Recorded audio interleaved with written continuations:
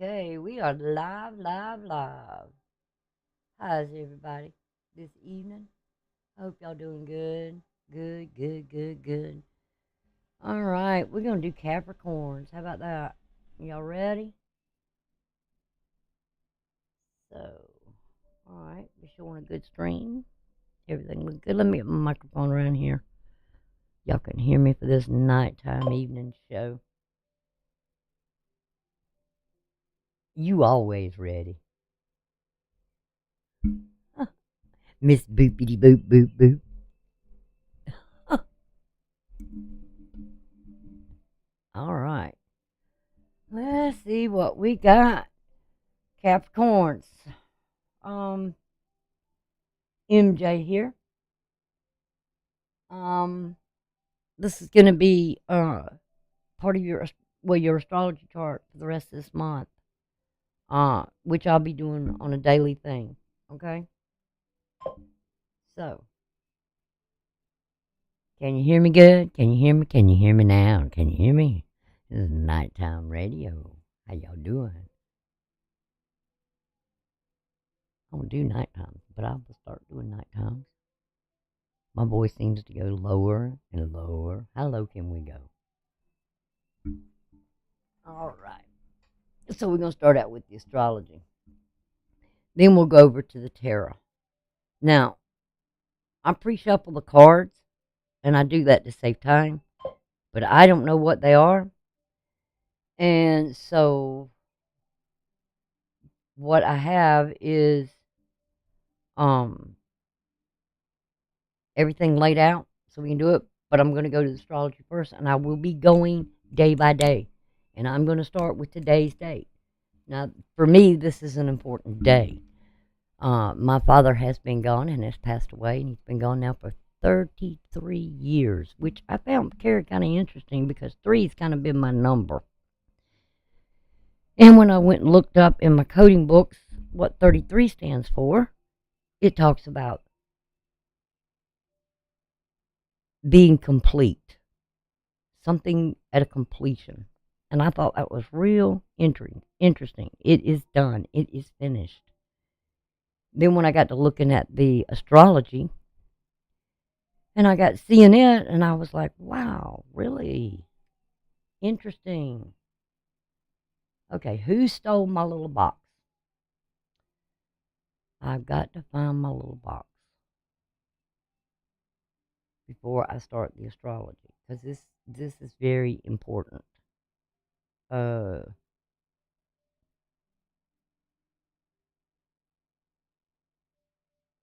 think that's the one I want. Nope, that's not the one I want.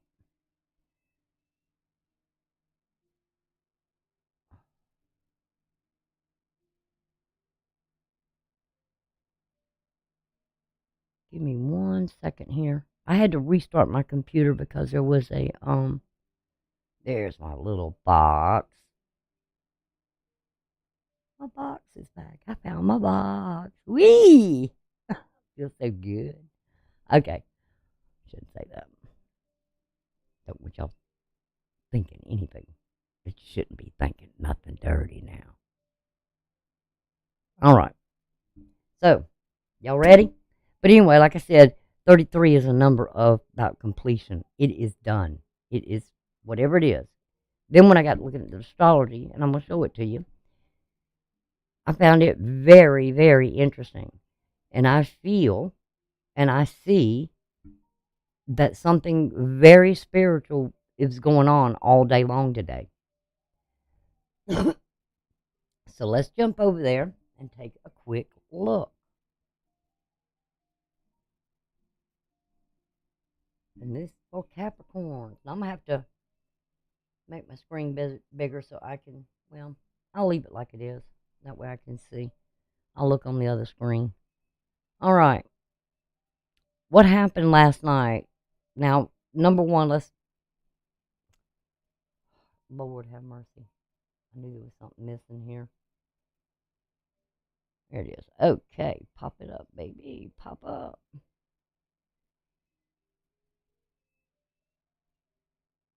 All right, first thing I want to say is what's coming up right now is for you Capricorns is the moon is going to be going into your first house. Okay? And whether you're going to be paying close attention because it's going to have to be doing with your 7th house since you are a Cancer sun. But this is going into, this moon is moving into your first house. You also have Pluto here. All right? And we all know that what Pluto is. Pluto is the transformer. It is the transformation. It will destroy things. It will tear things down because something here is not right in your life. Something here has got to change. Things cannot be this way. Now, with Pluto to me at 28 degrees tells me the cycle is coming to an end. Okay? And it's also a cycle for the sun and the moon.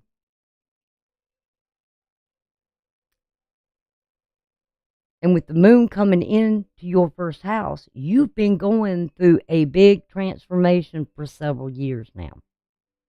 I believe it was 2008, 2009, somewhere in there, when Pluto entered into Capricorn. Now, it will be moving next year into Aquarius, which will be your 2nd house.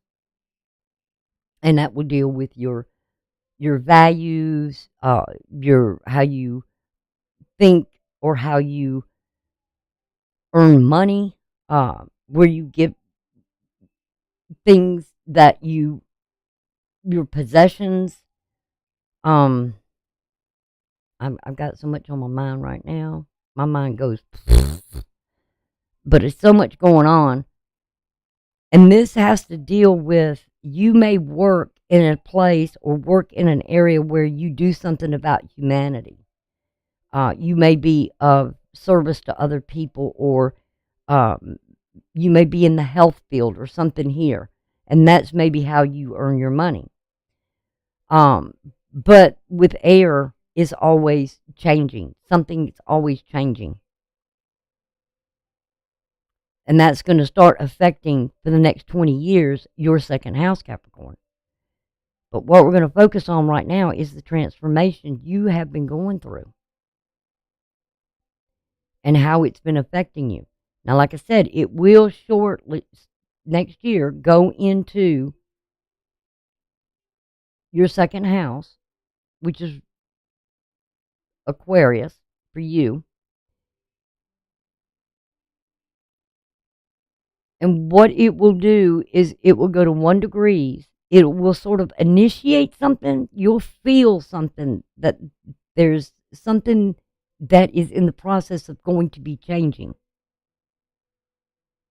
Because when a planet goes 1 degrees, it begins to initiate. When it comes in at 0, it's just coming in.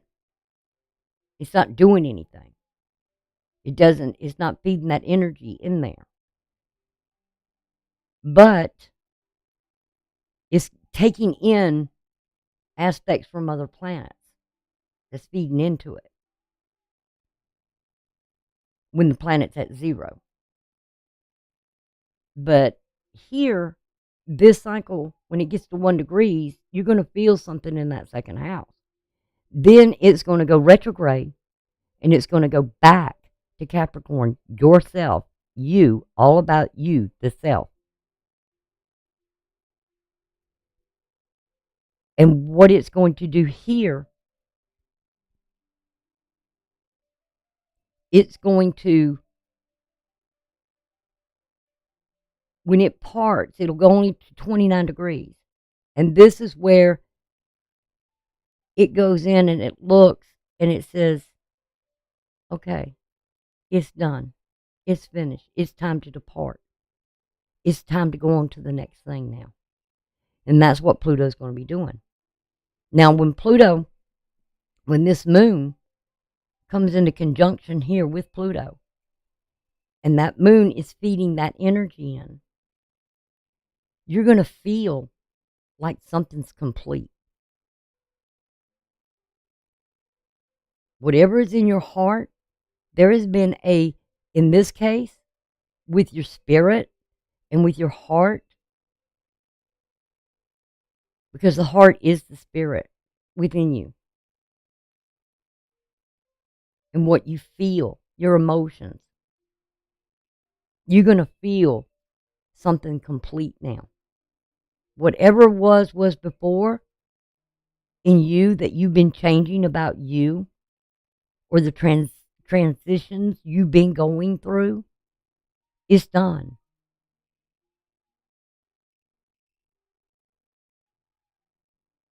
When it comes back in at 29 degrees, but it's preparing you now that this cycle of the sun and the moon and those eclipses and everything that's been going on for so many years is finally coming to a completion. It's been changing things about you all this time.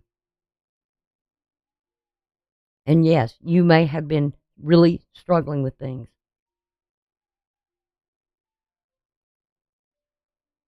You may be going through some sort of spiritual thing that's been changing you.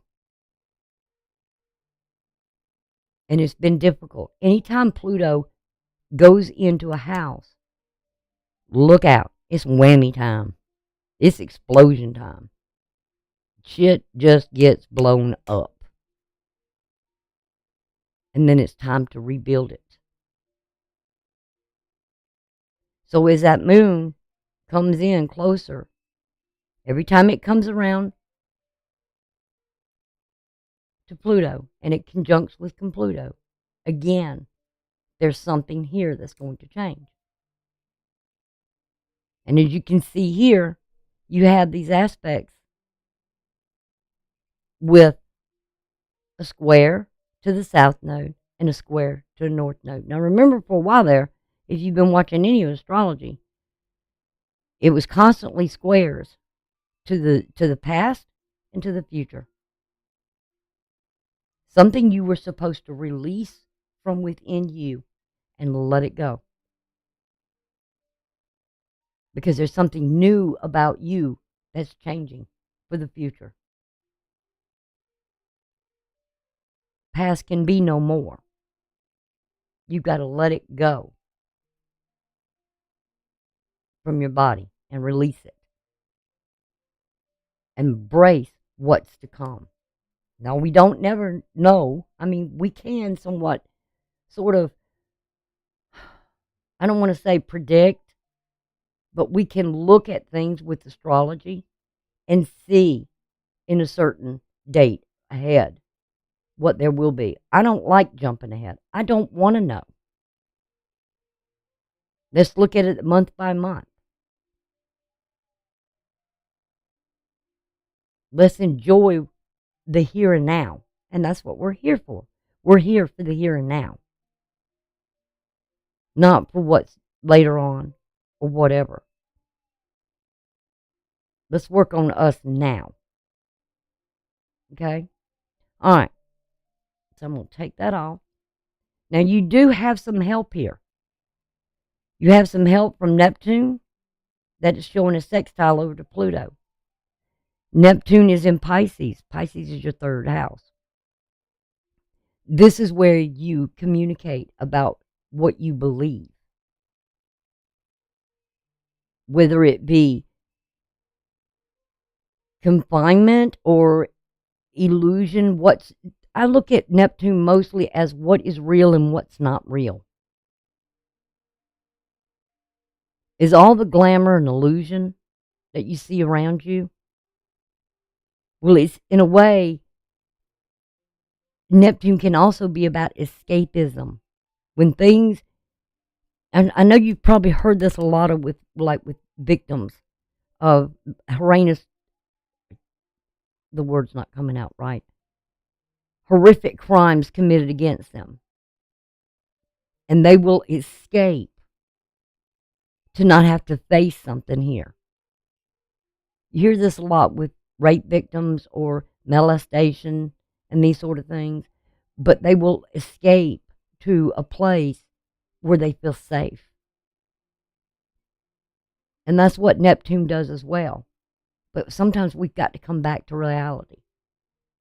And if you've been going and there's been so much explosion around you,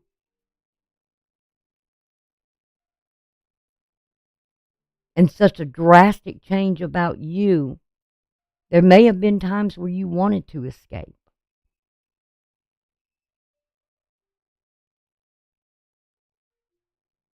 But there's also with this, is not only is it feeding into Pluto, you just got to remember too, these outer planets are here to help. They're not really there to hurt. They're pushing you beyond the limits. And the universe is not going to push you over the edge. It's going to push you so you can grow, so you can expand, so you can become the better and the best of yourself. And right now, that energy with Mars and the Sun together in your 11th house, which is exactly about humanity, okay, is trying to help too. So you may have friends that have been kind of, or people that's been kind of aggressive about what they assume, what they see. Don't let your what you know about you. Don't let people tell you what they think that they see of you. Don't let them assume. Or they may be even somewhat jealous. You may be having hidden enemies there in around you that, or known enemies, because with Scorpio, that's usually Libra, the known enemies, Pisces, the hidden enemies, but there could be people that are very jealous of what they see about you. And they could act sort of aggressive towards you. And if they're asking, it's almost like the bully in the playground that keeps tapping the little girl or keeps pulling her hair, or the little girl that's picking on you or whatever, trying to shut you down, okay? And being kind of aggressive. It's all jealousy. There's something here that's hidden about people, and they're comparing themselves more or less to you, I feel. But you're focused on these over here. And again, whatever's going on over there in that 11th house, which is usually about friends, acquaintances, some way whatever you've been going through could help them. And you may be driven to help people because of what your experiences were as well. Like I said, sextiles are supposed to help. So they may be seeing, but I still, with Scorpio, it's like maybe there's a few people that maybe been holding something back from you.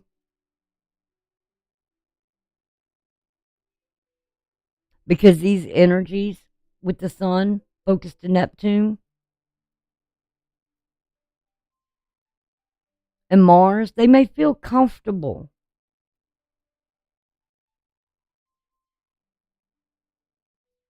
Maybe a little bit more comfortable now. They may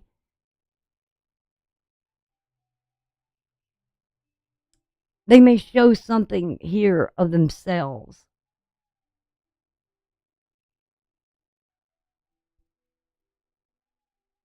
You could also be having dreams possibly about friends.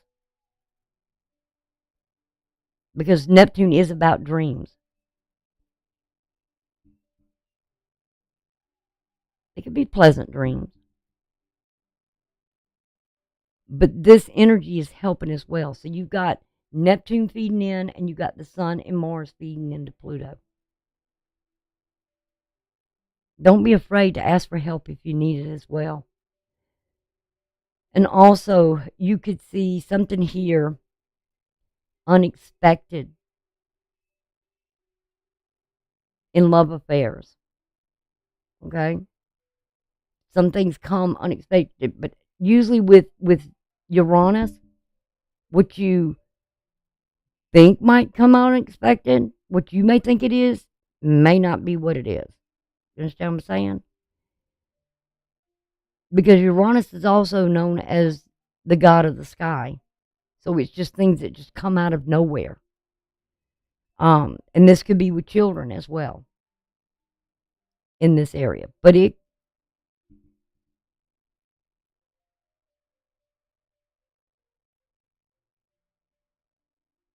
that's what the fifth house is all about. But it's ruled by Taurus. So it could be where Taurus is, other people may be sort of kind of stubborn here because it's a fixed sign and it is Taurus the bull. So there could be some resistance here. You may be resistant or rebel against something from other people. Like, I'm not like you. I don't do things the way you do them. I stop and think. I'm more controlled. Now, I do want to say this much about what's going on here with the moon. The moon going into Capricorn, it's going to be debilitated. And when I say debilitated, it's because it's what it rules is opposite of it. Cancer. Okay? So over here, the moon is weak, feels repressed, doesn't have the strength. Because right now it's out of bounds. When a planet goes out of bounds, and with it being negative, because there's an out of bounds of a positive, meaning it's really driven or it has that real strength. When it is in a negative out of bounds, and right now the moon is like 28 degrees and 10 minutes of being way out of bounds. Anything over 23 degrees is really out. So, this would be feeling of repressing your emotions. Like, you may feel like there's nothing I can do here. You may be it could be something with abnormal or it could be leading you to doing something here you would normally not, a behavior you may not be normal for you.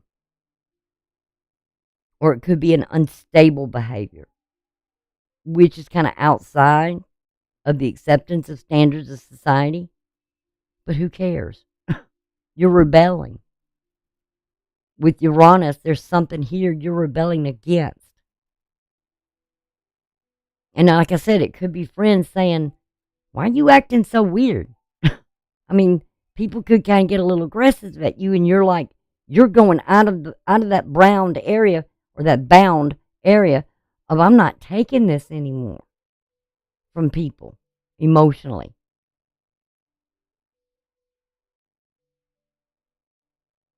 And you may push back on the bullies.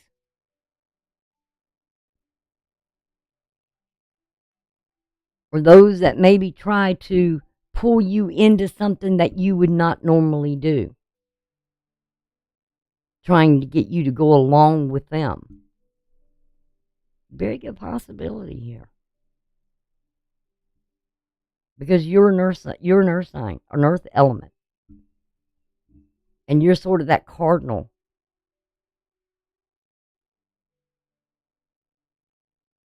Grounded, stable.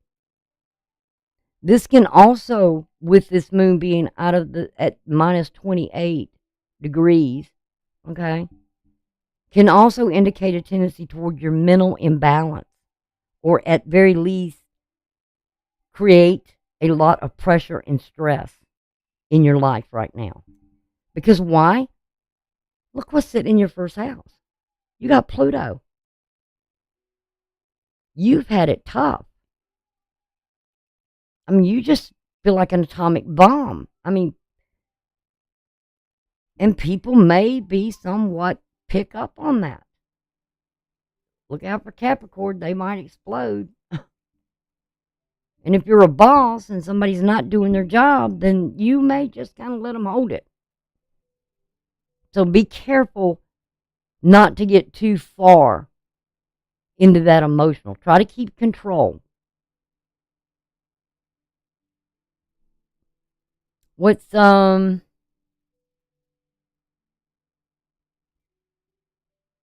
was something else that I was looking at here.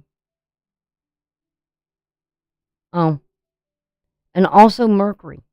Mercury is in your 12th house, and the 12th house is about karma, and it's out of bounds. It is at minus 23 degrees right now. Again, it's just starting to go out of that out of bounds. So there's something, a lot of times with karma, it has to deal with your past actions.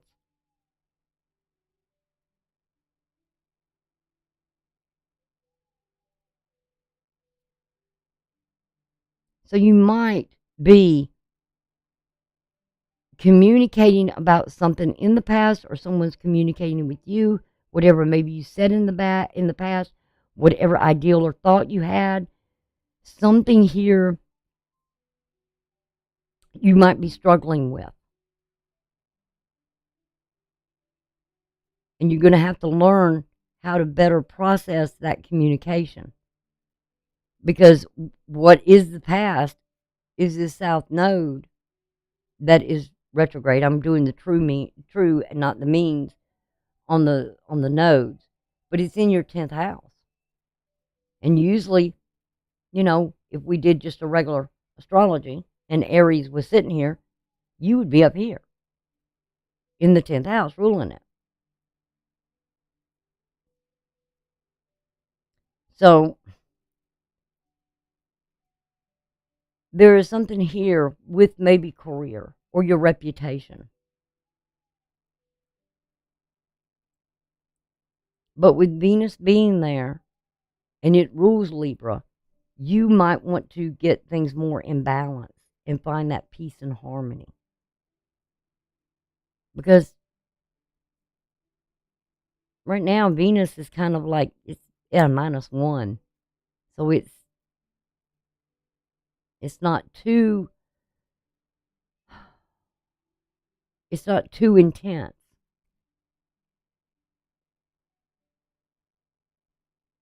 And you may want to reassess with Vista there, okay? Because Vista is all that of the keeper of the spiritual flame, is what Vista is known as.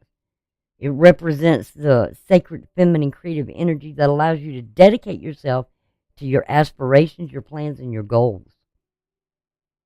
Vista also shows where you have a nun-like or a faith based on something here. You're very dedicated spiritually to something and have that devotion to a cause, a project, or a person, or even a belief that is sacred to you.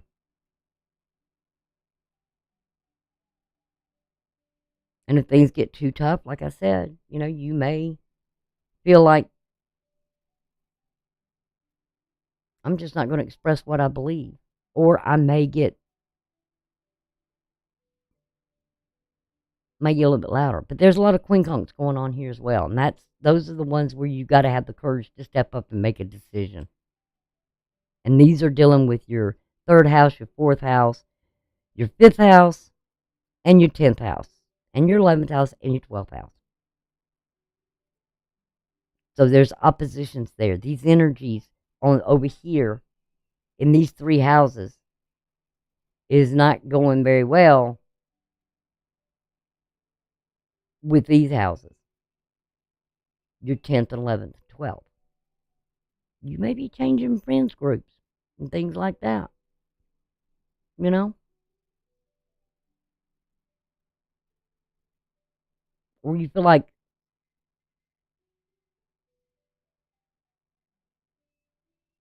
something just keep repeating the same patterns, the same behavior. Or the other people are constantly doing it. That you're dealing with. It's always the same thing. And after a while, it gets kind of old. So if you're dealing with some people, some friends, that seems like it's always the same routine, it gets old after a while. And you got to make a decision to make a change here. You got to change some behavioral patterns from the past and sort out new ways. The old ways just don't work no more. The old behavior, the old patterns are not acceptable anymore. And it may be difficult for you because you are that one sign that's, I'm supposed to be a leader. Leaders aren't supposed to be falling apart. They're supposed to be showing their strength. And if you stop and think, the two major arcanas that deal with Capricorn, which is the devil, which is Capricorn in itself, is being chained and bound into something that's too toxic, too demanding, too over controlling, too stuck. You know, you're like chained to something and you want to break free. We're all wanting to break free from something. We're wanting freedom. It's like that William Wallace, you know, in Braveheart, just screaming freedom. We all want that. We've been too controlled, too much giving our control away. It's time we start taking it back. And that's what Pluto does as well.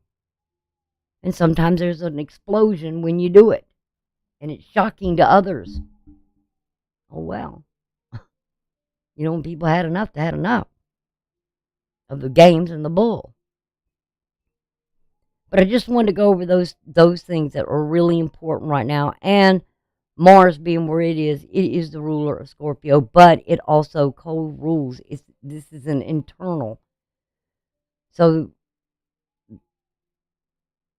you got to get a control or a handle here on friends or groups or something here.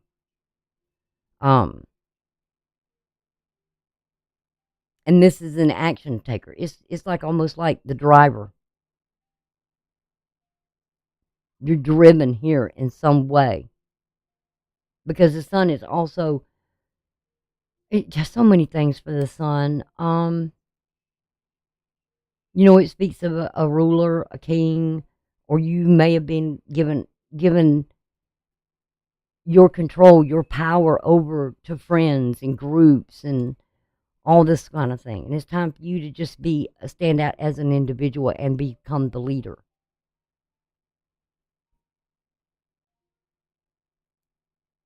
Whereas you've been letting other people lead you. And sometimes it's probably been down the wrong path. But I'm going to go ahead and go into the days now. Now, today was mostly, like I said, today has been a very, very spiritual day. And it started at, I wanted to let you know, and put that up there, Eastern Standard Time. All the times I'm giving you right now on this is Eastern Standard Time, my time, which is usually set by New York City. Okay, whoopee-doo.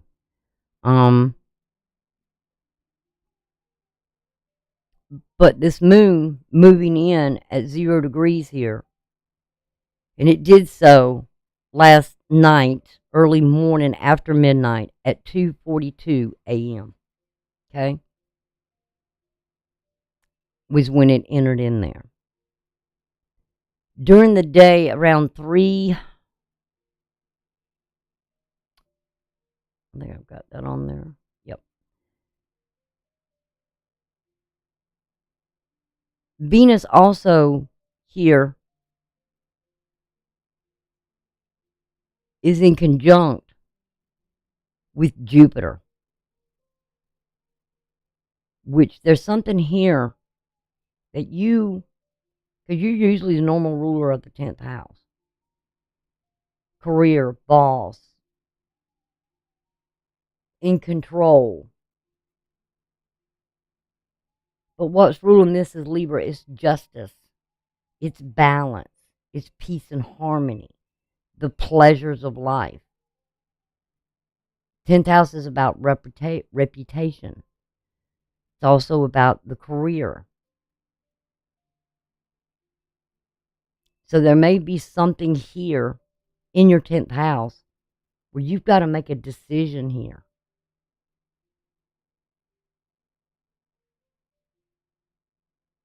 Is this good for you, your career, or what's going on here in this 10th house? You could have been dealing with some reputation problems because of past behaviors. I'm going to say it. And you're reprocessing these things, looking over it. I can't keep going through these same patterns over and over again that you've been dealing with. Same behaviors. Something here's got to change. And what happened at that time last night was there became a yod. And the yod is often referred to as the finger of God. And I feel like that's why I said it started last night and it continued this whole day today. The whole time it's continued on. Something here has got to change. And what it is Venus, Mercury, trying to communicate with Venus. There's some kind of karma going on here for you. You keep trying to find, maybe making peace with something here, justifying things, wanting to be fair and balanced. Sometimes life ain't fair. And sometimes you can't always be this rock of Gibraltar. You know, you got feelings, you got emotions. You've got things in your life as well. And right now, in love affairs and romance and those sort of things haven't been easy. You may have been rebelling against things. Or you could even have children who are rebelling against things.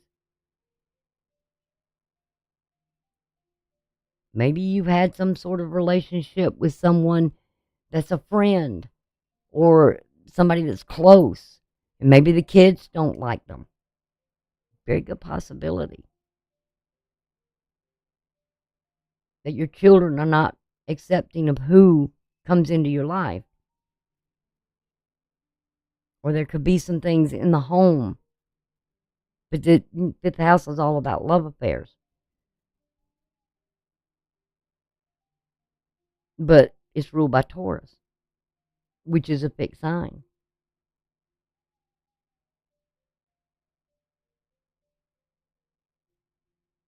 And so is Scorpio. Scorpio is a fixed sign.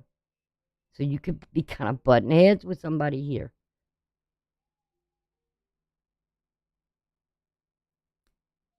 But what this yod focuses on is Jupiter right here, the apex. And again, if you look, during while it was here, and it's still retrograde, was dealing with Mercury and Venus. Now it's Mercury and Mercury because it's right at that point, right here, where it's just stepped in the turn belt there. So it's Mercury on Mercury. You're doing the best to try and communicate something here about your beliefs. Because we're talking about Sagittarius is where it's at. What is Sagittarius? It's exploring. It's traveling.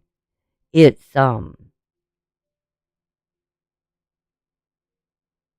philosophy, publishing, teaching, all these sort of things.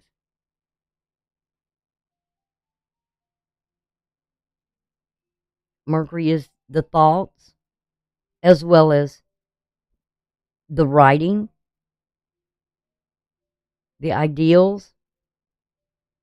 You know, it's all about the head, the brain, and what you think,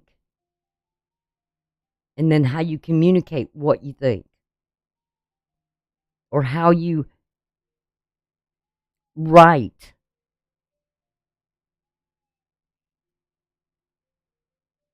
Because even writing is a language. You know, what do you say when you send a text? I hate texts. I can't stand them. I think we need to kind of start having verbal communication, or even writing a personal letter to someone. Sometimes that's a better form of communication. The greatest love letters were written, handwritten, not text. Text, you can't. You just can't feel the feelings from someone else. And it's really focused on how it affects your growth. You know, if you're so busy texting and all this for expression, it doesn't have the same impact as verbal communication or a handwritten letter. Sometimes I can write. When I write, my writing surprises me sometimes that it even came from me, because sometimes I have a problem communicating, so I can write better than I can say it. But I don't like texting. That's kind of weird. But there's something here with the mind or the language or something trying to communicate, trying to help. You know, whatever your belief systems are, or what your philosophies are, or what maybe you're trying to teach, or what you're trying to publish, or the direction. Because every time we say a long journey or a long travel or something like that, or foreign, I mean, I don't just stick with foreigners, which often refers there to. I take the word and I go around all of it, what it means. When I say foreign, yes, it could be a foreign land, or a foreign travel, or a foreign teaching, or learning about the philosophy and those things. But foreign to me is so much more than just to say it has something to do with a foreign person or a foreign country or a long distance travel, you know, because we got to think, especially when we do tarot, we have to think what cards represent that sign. It's dealing with the 8, 9, and 10. The struggles we have. And right now, Mercury's there. The wounds that we have. And things that come out of nowhere. That happen. Actions that come from, you don't know where it came from. I don't know. You know, sometimes I ask myself, why did I do that? Why did I say that? Where did that come from? And I question myself a lot. But you're trying to be fair and communicate. I just want peace and harmony. I just want things to be fair and balanced in my life.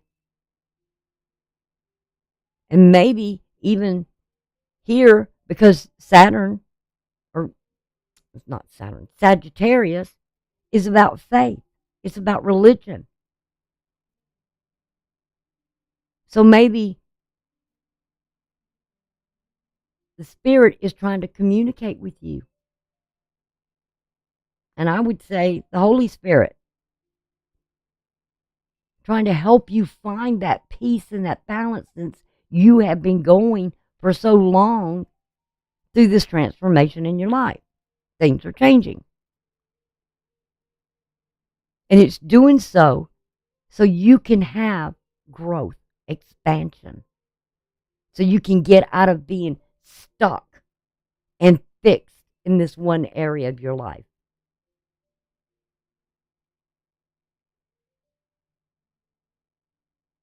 You can look at things from a different perspective than just one way. I mean, I've had discussions with people that can be so stuck in their thinking or in their belief or in their values, they can't see past their nose. And I'm just like, okay, then let's just say we agree to disagree. But this over here, with it being retrograde, it's time for you to reassess something here. And maybe look at making some changes here. Maybe breaking free out of patterns that you can then find peace and harmony in your life. Because both of these, I'm telling you right here, right now,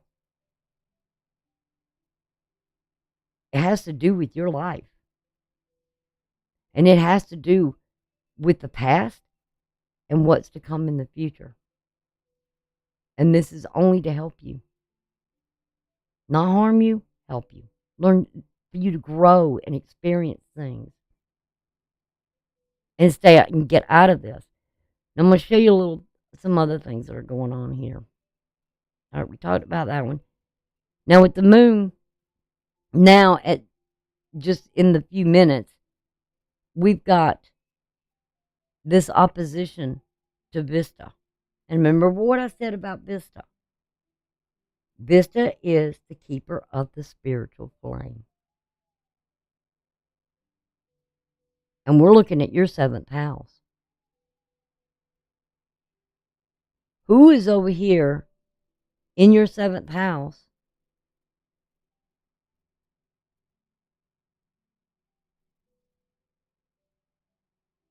that's in retrograde and rethinking something here? Or reevaluating the attraction? Have they been trying to help you?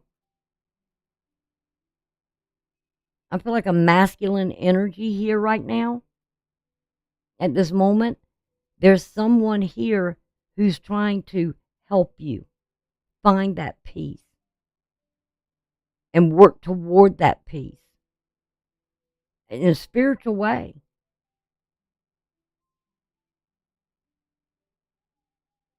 Because this would be the house of partner. Somebody's trying to nurture you, trying to help you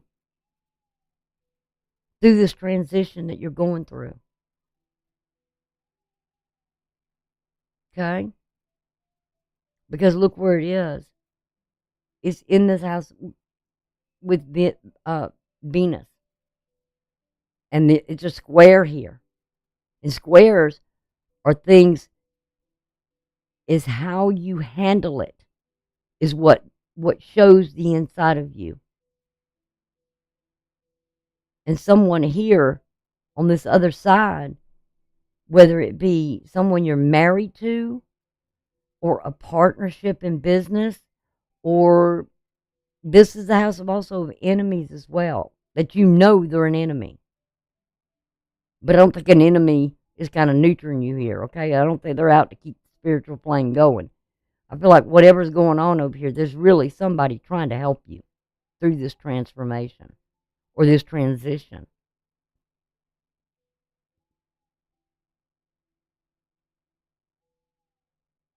Or maybe this person over here has lost the flame. Or, how do I say it? Is there a flame dying between you and someone else? Or maybe you feel this other person. This person over here has lost the interest. Or they're reevaluating something here. They're reassessing it.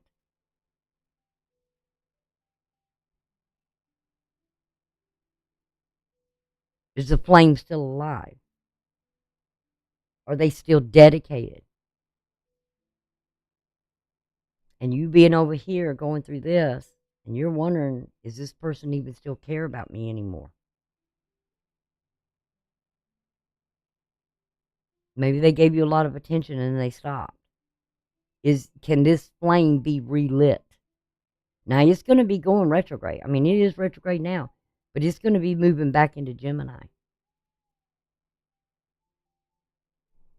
And when it does, and this is going to be retrograde until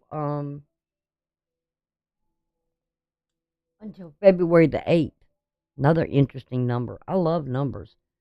We got 8 here and we got 8 here, and this is going to be going retrograde. The 8, we're on the 8th of February. It's like 2 new beginnings in life here. Something's happening. And hopefully there'll be some communication, or you'll have an ideal. Maybe you have changed habits here. Maybe you have found faith in something here, something to believe in. Either you're helping them or they're helping you. One of the two.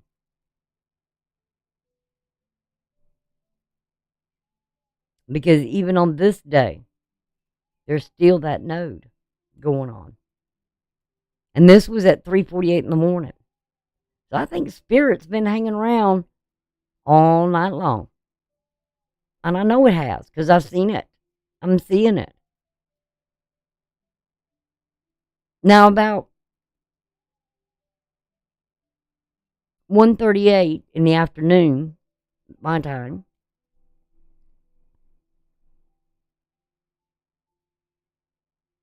Mars in Scorpio is in a quincunx with the North Node retrograde.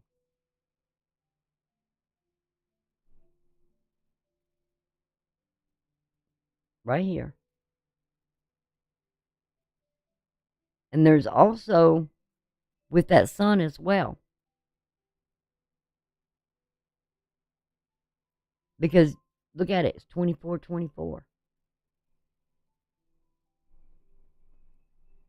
There's something spiritual going on today. I'm telling y'all. I can feel it. I can see it. And let me show you something here. You were going through some difficulty today. Somebody was. Emotionally, that spiritual flame. Is it there anymore? Because we do have the square to Venus, to Vista, and we have the square to the moon. Is there any more peace and harmony here? Trying to make peace and harmony. There's kind of like this tug and pull, what you feel. And is that flame still alive? Is it still lit? Do I still feel dedicated or devoted to something here anymore? I don't. You tell me.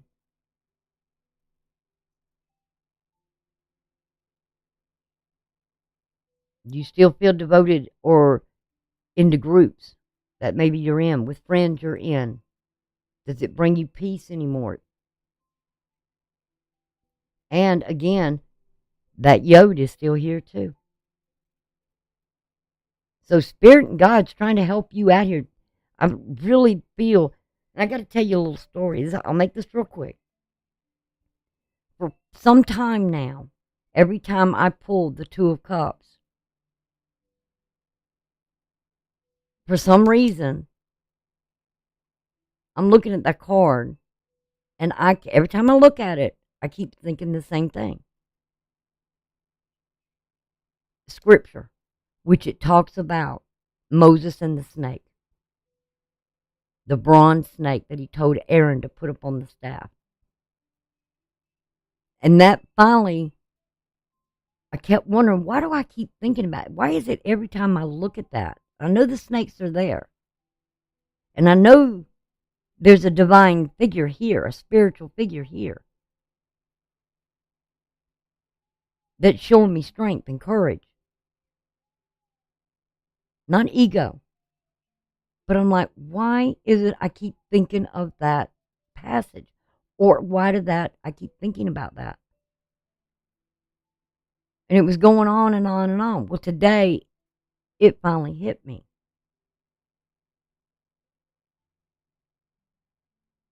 And it was like, okay. What do you see when you see the Two of Cups? You see two people, masculine and feminine. They're both holding a cup. The masculine's reaching out to the feminine.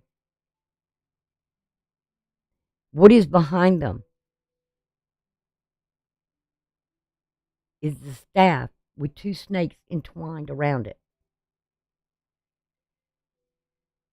Both of them have been tempted by something to do wrong to one another.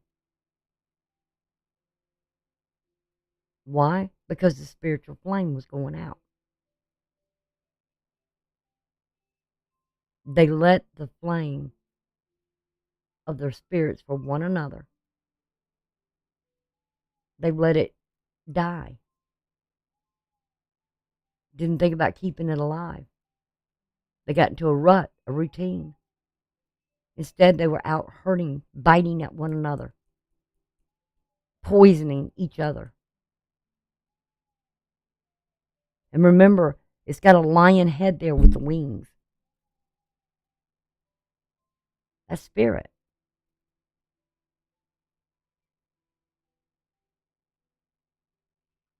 It's time to forgive. Forgive. Find forgiveness. Forgiveness for one another. To apologize. Doesn't matter if somebody apologizes back to you. You're releasing that poison. Somebody's trying to reach out to the other person. Maybe even asking for forgiveness. Give it. When it's asked for, give it.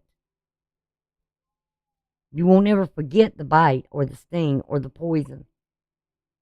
But you can forgive. Now I'm saying, don't let the flame go out. Don't let that spiritual flame go out. You fight for it. It's worth it. Believe me, it's worth it. Because you're struggling. When I'm seeing a T-square here, as you're seeing here, yeah, you're struggling. You're challenging. And guess what? Those two people, wherever they are, we should always say, I'm sorry. If you were wrong about something, I shouldn't have snapped at you like that. I shouldn't have bit at you like that.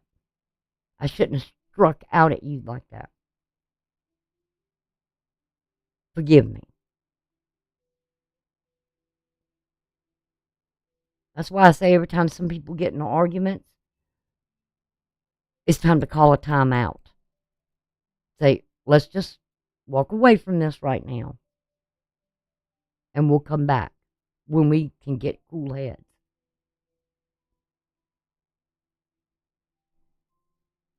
Ask yourself, what would Jesus do? Remember the old bracelets used to be around? So what would Jesus do? And then we also go on, and this is going on all day long. Again, that square's still there, Yod's still there, and that's been going on for 4 hours, from 1 o'clock, almost 2 o'clock, somewhere around there, to almost 6 o'clock, and then it's still going on.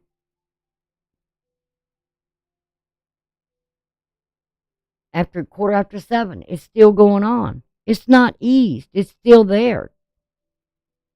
Now, right now, and then from 7:15 after 7:15 to almost 11:30. Look, it's still there, and so is the yod. It's all day long. You're struggling with something here. Don't know what it is, but you're struggling with it. And I feel like it's something in relationship. It's something with the spirit. You feel like something is not alive anymore. You're asking yourself, am I still have this devotion to whoever I'm in partnership and business with? Is it having to do with something in the marriage? Is it an enemy you know, that someone you're dealing with, that you're struggling with, to forgive them for something here? Do you look at them like an enemy, an open enemy? Now, I will say this. It has also been known that exes can be enemies. It's a very possibility, because I don't know what's in your cards. I haven't looked at any of them. Still haven't looked at anything. But you've been going through something here today. And tonight, we're going to start at 3:35 in the morning. Guess what's still there? That yod.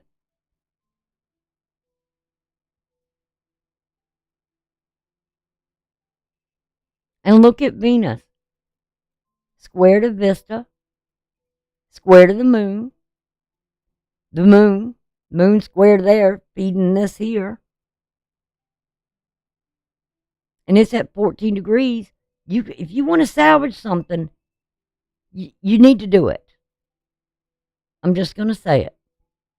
If you want to keep something here alive, you got to make something right.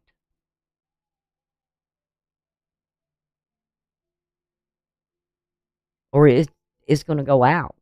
The flame will be gone. It's like the lighter. It's got no fuel in it. Right? What you going to light with a dead lighter? It's like you go up and try to light the flame, the Olympic flame. Nobody got no fuel. Nobody's got no spark. You can't light it. And then at 9:51 tomorrow, the sun here. That yod's gone. But there's still something where you got to make a decision here about something. We got Pluto in a square to the south and the north node again. Now these are coming back. Hold on one second.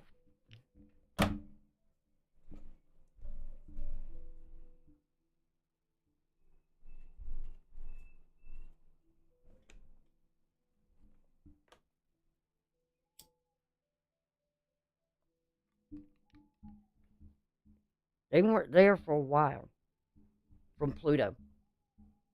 But they're back. They're there. And it's still being here.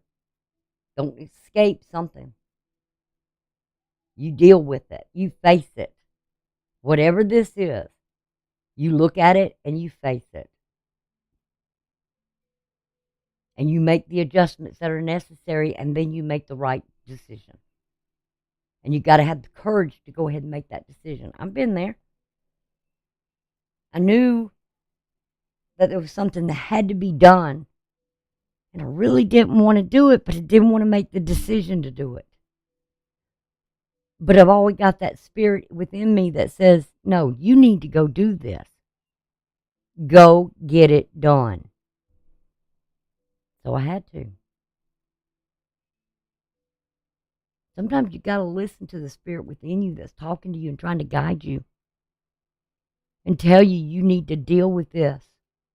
And you've got to have that courage. And all you're doing is making yourself a better person by doing it. Whatever, you're standing up to make the decision, no matter what it is if it is to confront something that is wrong here, confront it. You ain't got to be aggressive. You ain't got to be mean. You ain't got to be none of that. It's just, I've made the decision. Something's got to change here because it can't stay this way no more. And you will have success. For the rest of the evening tomorrow, or the day from about 2:50 Eastern Standard Time. Remember, all my times are Eastern Standard Time. Till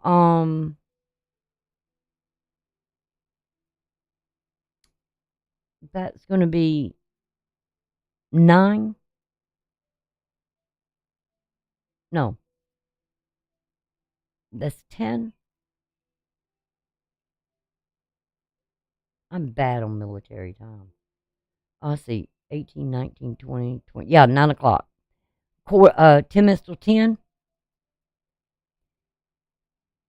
This moon is going to be dealing with a trine.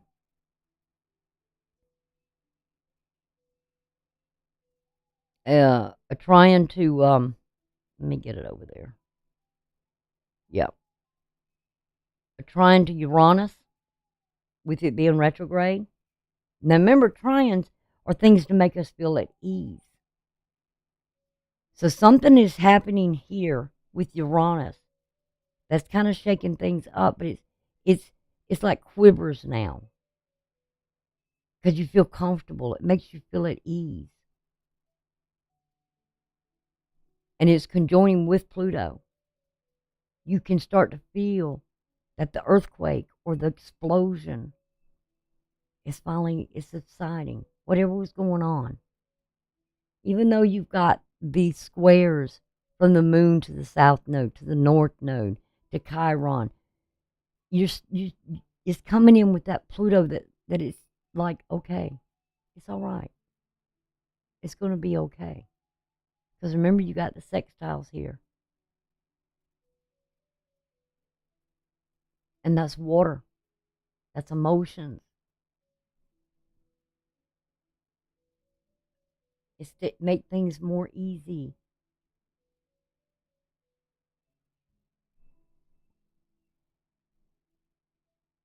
And then the moon is going to be in that square with the north node. It'll be a little challenging, but you can handle it. It's all about the future. You want a better, healthier future, right? You want to ease into that future. You don't want to go into this new year at this new time struggling like you've been doing. No. You want this cycle to end. Well, it's going to be coming to an end in this new year. But you got to listen more to the spirit within you that's telling you something here. And the moon is also going to be in a sextile, which you can see what I was talking about with Neptune. But it's also over here with the sun and Mars. That's going to help as well.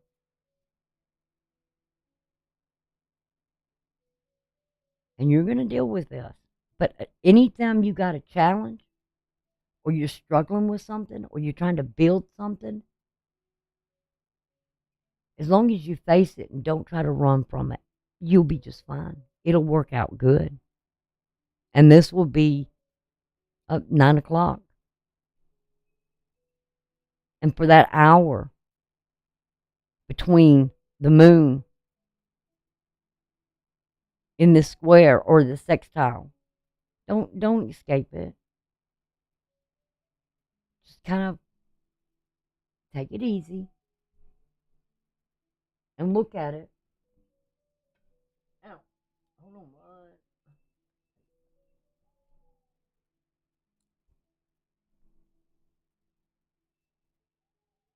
You're going to see if you calm down and just kind of let things flow, all right, and find that comfort, you're going to find that productivity and success in something here. But the big thing I haven't discussed yet is the mind. You've got to activate something here. You got to activate the mind. It's the attitude, your attitude, your thinking. You can't do something and you can.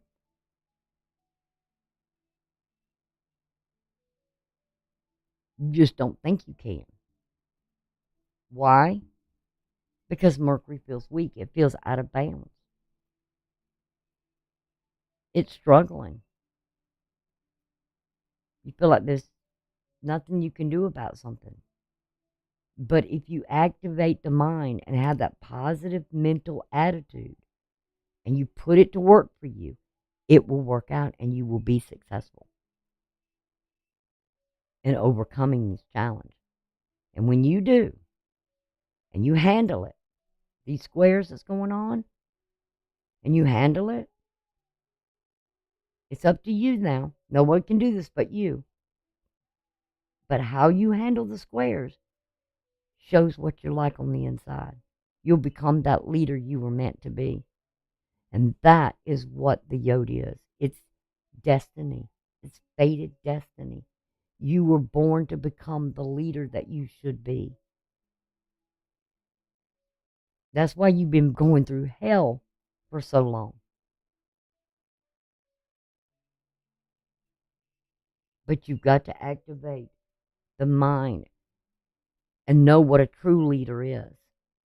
A true leader shows compassion and empathy and can give forgiveness as well as receive it. And know that you've got to lead people or be compassionate with all in your relationships. Hell, I'm 65 years old. I don't mind saying if I've done something wrong or I said something wrong, I'm sorry.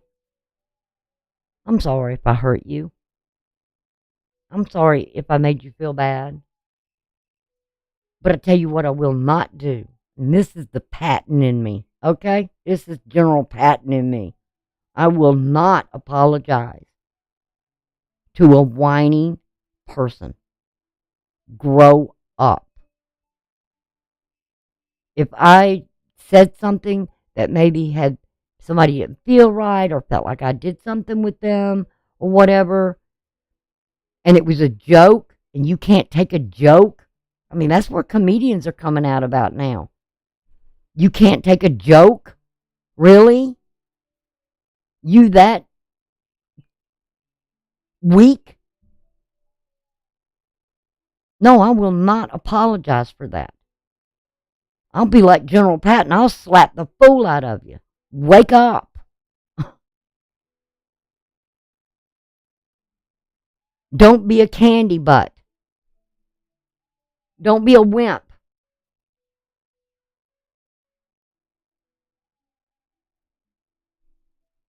Stand up. Where's your courage? Where's your pride in yourself? I'll do it in a minute. But if I'm wrong, then I'll say I'm wrong. I don't have a problem apologizing. Not one bit. I do it pretty darn good, too.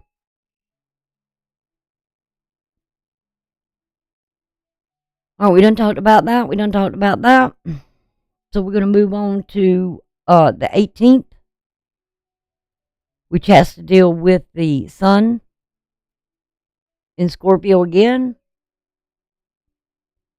And it's in conjunction with Mars in there and Scorpio. They're both at 25 degrees. They were at 24. Now they've come together again, and they're both at the 25 and 36 minutes in. I love numbers. Is seeing something clearly with grace.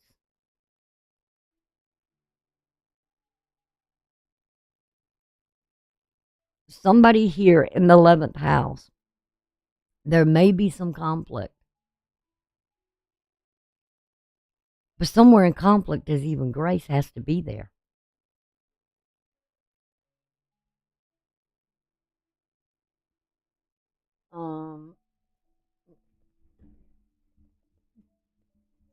Oh, Lordy. Getting too old to stretch out like that. There's a variation of grace, of forgiveness. And it's about creation. creation of what? Creation of changing the human heart. If you got a cold heart, that ain't going to get you nowhere. If you got a stone heart, that ain't going to get you nowhere. But if you have a heart full of love and grace and empathy for others, you'll be just fine. You do good. You'll grow like a plant, like a flower. And so this is all about those variations of grace. Maybe somebody's showing you some grace. Maybe somebody's seeing something maybe where you might need help. Accept it. Have the common courtesy to say thank you and give thanks for all that is there. To those that do help you when you need it, that stand up for you when you need it, when you're struggling, when you've got limits. Nothing wrong with that.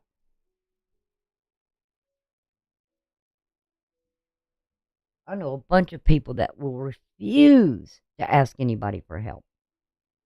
I used to be that way. I'll admit it. Hey, I'll admit it. I was one of those people.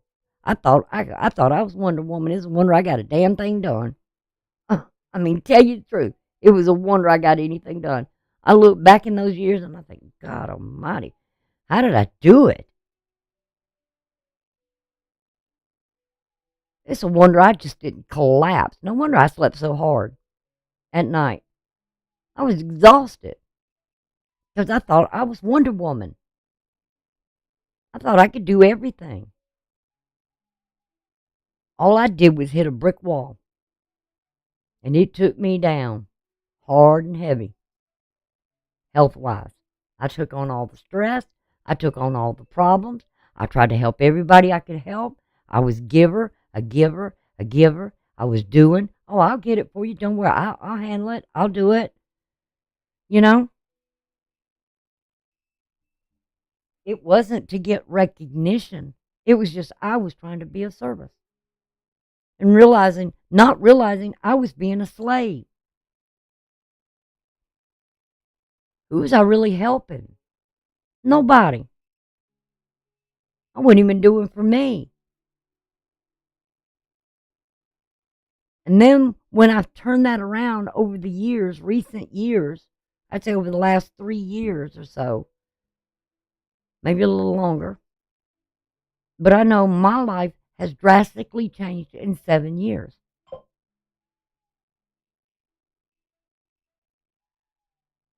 And now it's changed.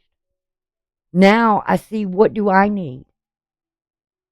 Where's all those people that I helped when I need it? They're nowhere around. You may be asking yourself that same thing. I showed empathy. I showed compassion. I did this. I did that. Now, where are they when I need them? Now, if somebody offers me help now, in the last 3 years, I say thank you. You're a blessing. And I don't mind telling them that. I don't mind giving somebody praise, but I'm going to tell you right now, I will not give a whiner praise for anything. I will not do it. Because I know what I've been through.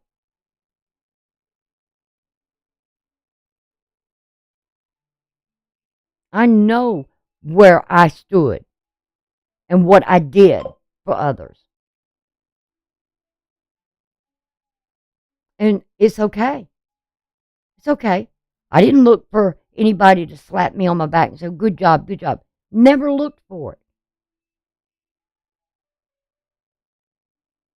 I got the rewards from seeing other people excel. I didn't think about myself excelling. I wanted to see them. I wanted to help them excel. I wanted to see them grow. I wanted to see them doing good. And then to only find out after all these years, and it's okay. And I'm okay.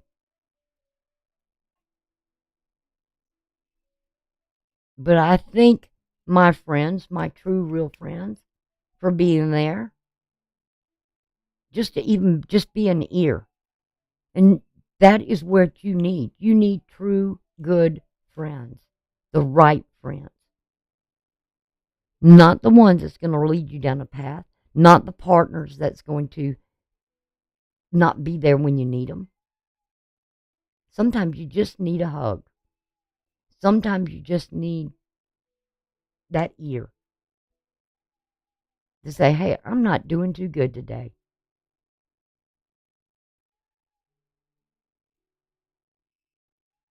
Don't be the one that's always the one that's giving, giving, giving. You've got to learn to receive too. Aw, I love you. Thank you. You've been one in mine too. Plus another person, or a couple of them, I will say. So, really, this is the time for you. What do you need, Capricorn? What do you need? I know you've been going through hell.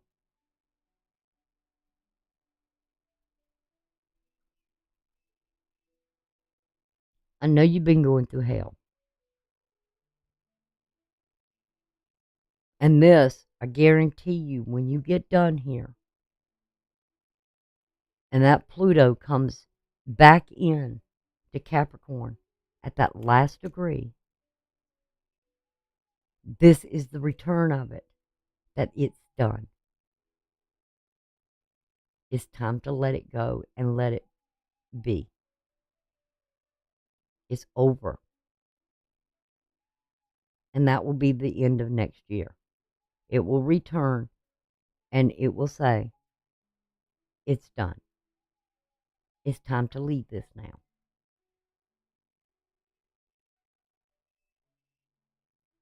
Because now you're starting a foundation of yourself and reinventing yourself. You're going to be reborn.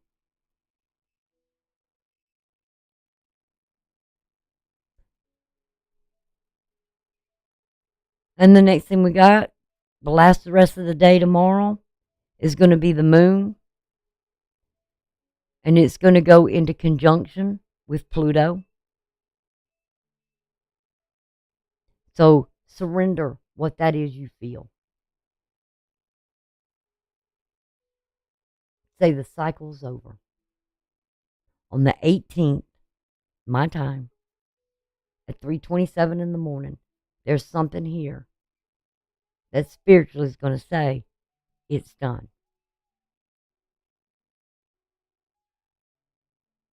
I'm telling y'all need to get spiritually right here. You really do. Because then the moon's going to then move into Aquarius at 6:28 that morning.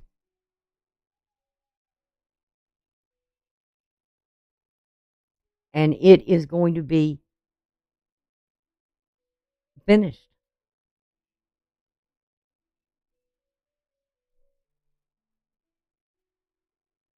And then the moon is going to square with Jupiter.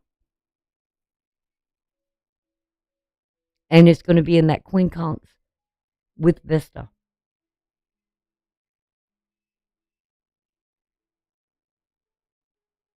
There's still going to be some challenges. Every day we got challenges we got to face. I'm 4'9", so every day I've got challenges. Sometimes I just can't reach the top shelf. But there's always an aid there. There's always something there that I can use to reach that top shelf, to climb higher than where I was.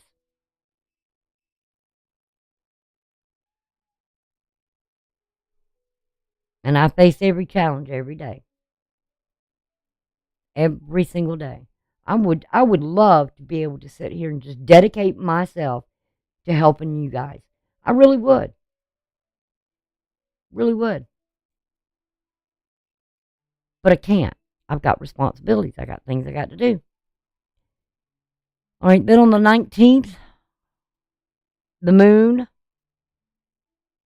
in Aquarius is going to be trying Venus.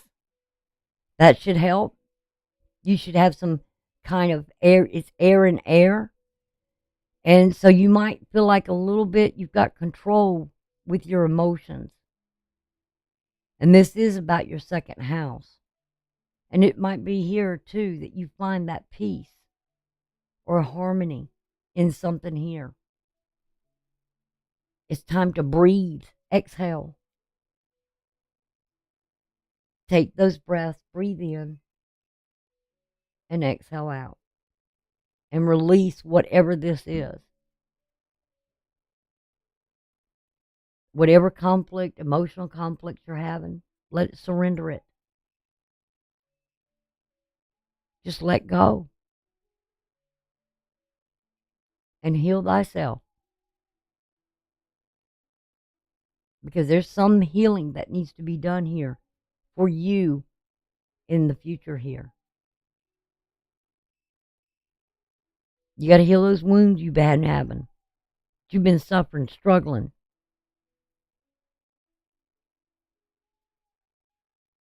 And then the moon is all emotional on the 19th. And that's going to be on Sunday.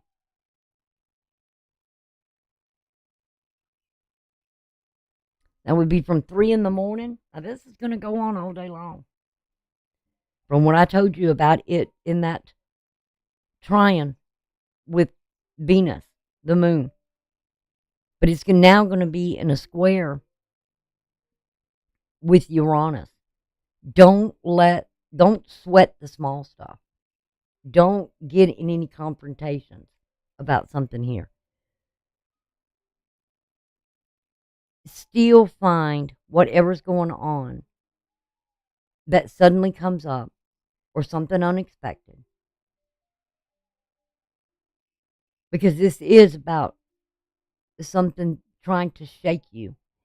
I'm going to tell y'all something. When you get closer spiritually in this higher power, whatever it may be, I call it the divine. I call it God. I call it Jesus. When you get there,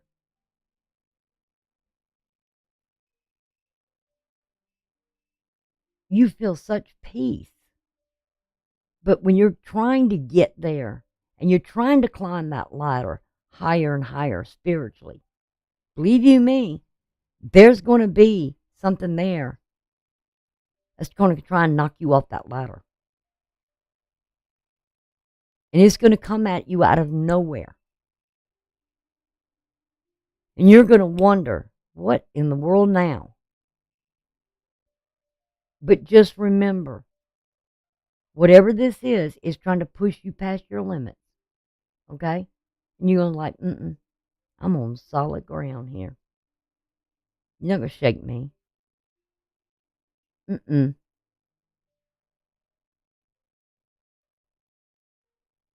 go to that where you feel comfortable.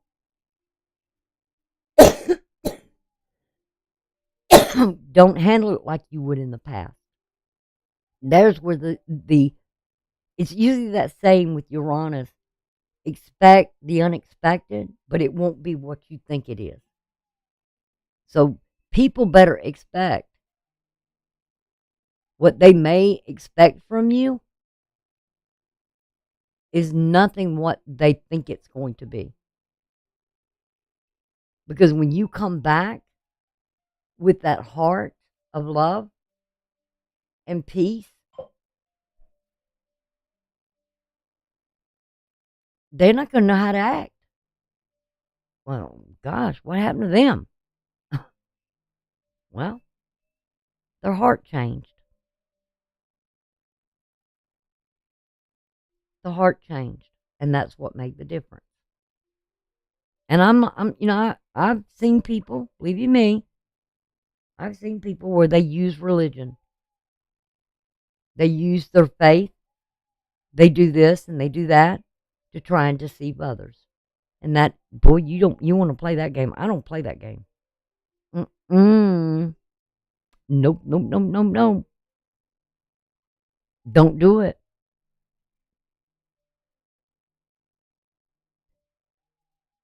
And then Aquarius is going to be in, Aquarius. The moon being in Aquarius. Did that thing just jump back? Sure did, didn't it?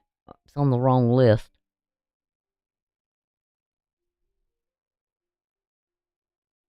No, that would be 5 in the morning. What was that one? Let me just look at something here a minute. Yep. I've got it in the wrong order. But anyway, on that early that morning, because it's going to start out at 3:12, where it's trying Venus. Then I don't know how that got down there, because I had all that in order. Where it's trying Venus, then it's going to be in the sextile with Mercury. It's going to help you communicate. Because right now, like I said, remember what I said about Mercury. Mercury is right now, at this point, it's at a minus 24 degrees. That means it's out of that 23 bounds, and it's negative. So you're still dealing with something here on what the negative thoughts. Look at it. It's 13 degrees, 13 degrees. That's negativity. Take that negativity and turn it around to your benefit. Don't let it get the better of you. Whatever this is, turn it around.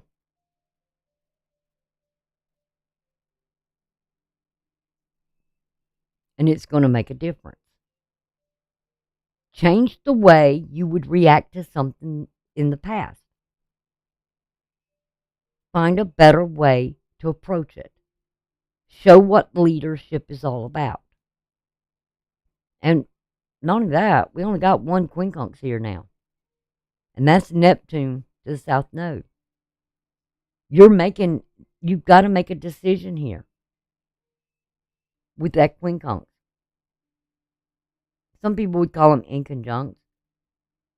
But it shows that there's a decision and some adjustments needed to the past. Don't escape it.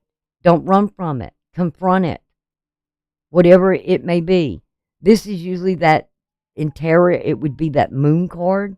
You know, the two dogs and the towers and the path and that sun up there. It looks like an eclipse going on. You know, don't be afraid. Don't be a fear of what comes up.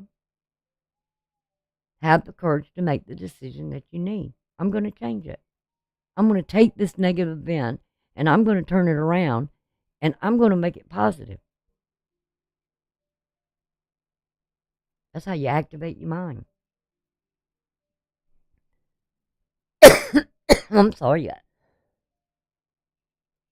And on the 20th, again, it's going to be a big emotional day. Because remember, the moon is waxing. And when the moon is waxing, that means that energy is getting more and more intense. Waxing is where it goes to the full moon. And you know, the thing where it says lunatics, or the lunatics, people get a little bit out there, real highly emotional. This is going to be somewhat of an emotional time. No doubt about it. Because now we have the moon in a sextile to the north node in reverse. Or in retrograde. Not reverse, but in retrograde. Remember, the nodes are attached to the moon. And this full moon is going to be in Gemini.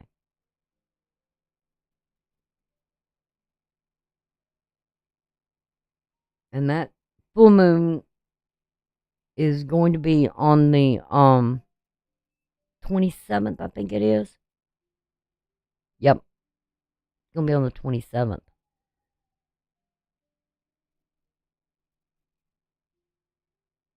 So there's only 7 days before there's a week, and these energies are going to get more and more intense as they go. Then the moon's going to be squaring Mars as it comes closer and conjoins with Saturn. Saturn hasn't even moved yet. it's it's not doing anything. It's just taking in the energy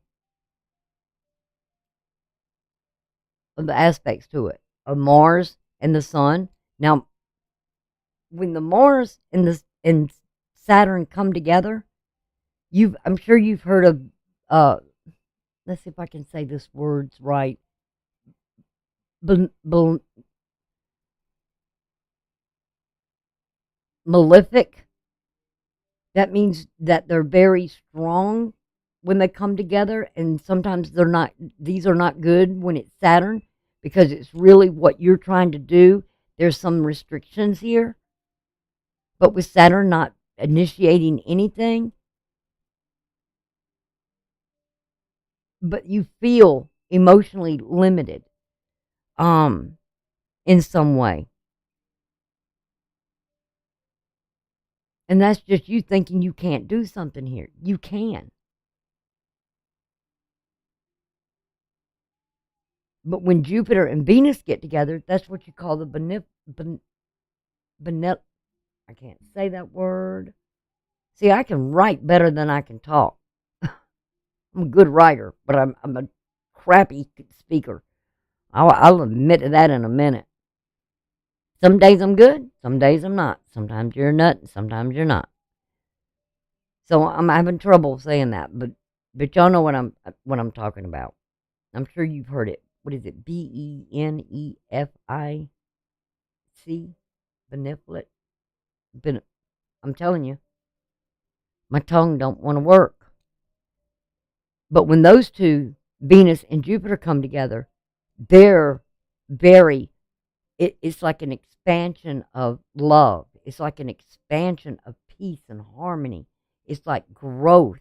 It just, Jupiter is an expander, where Saturn is a contractor. It limits, restricts, but Jupiter expands. But with it retrograde, it's where's the growth? Doesn't feel like anything's growing. Doesn't feel like anything's expanding. Doesn't feel like things are moving on. Okay? Oh, hi. Is it Charlie? Charlie? CH. No, there's not an R in there. So it's Shelley? Shelley? I love the sunflower. Thanks, girl. But what it is that it will feel like nothing's happening. And it feels like you can't do anything. That's a lie. You're telling yourself a lie. You can. You can do things.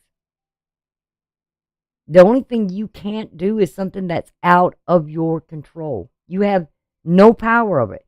So if you don't have the power over it and you can't do something, it's Shaylee.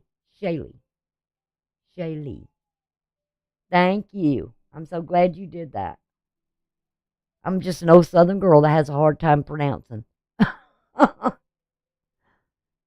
I'm a Southern gal with two Yankee parents. So you figure that lingo out, okay?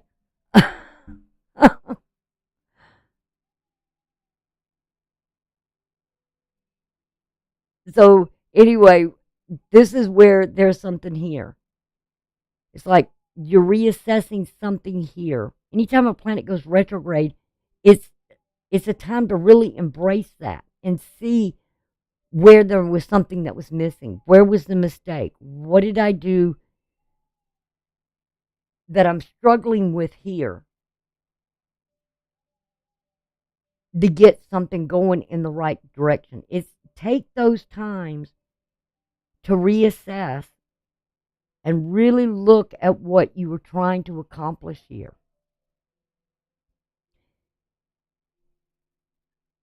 And Sunday's a day of rest as well, too.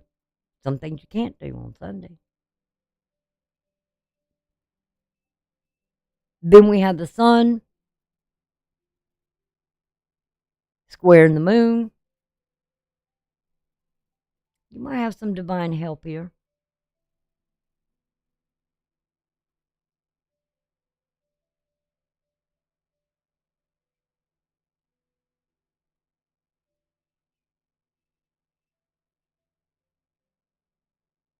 there's with Saturn and the moon, the only thing that's restricted in what you feel in your heart is you. You got to really look at that spirit and that heart within you. Again, with Vista being retrograde too, like how much devotion, dedication you got there to keep that flame alive. Sometimes we got to work at our spiritual being that's in us. Sometimes spiritually we get drained. And I do honestly believe that there is a spiritual warfare going on in this world right now.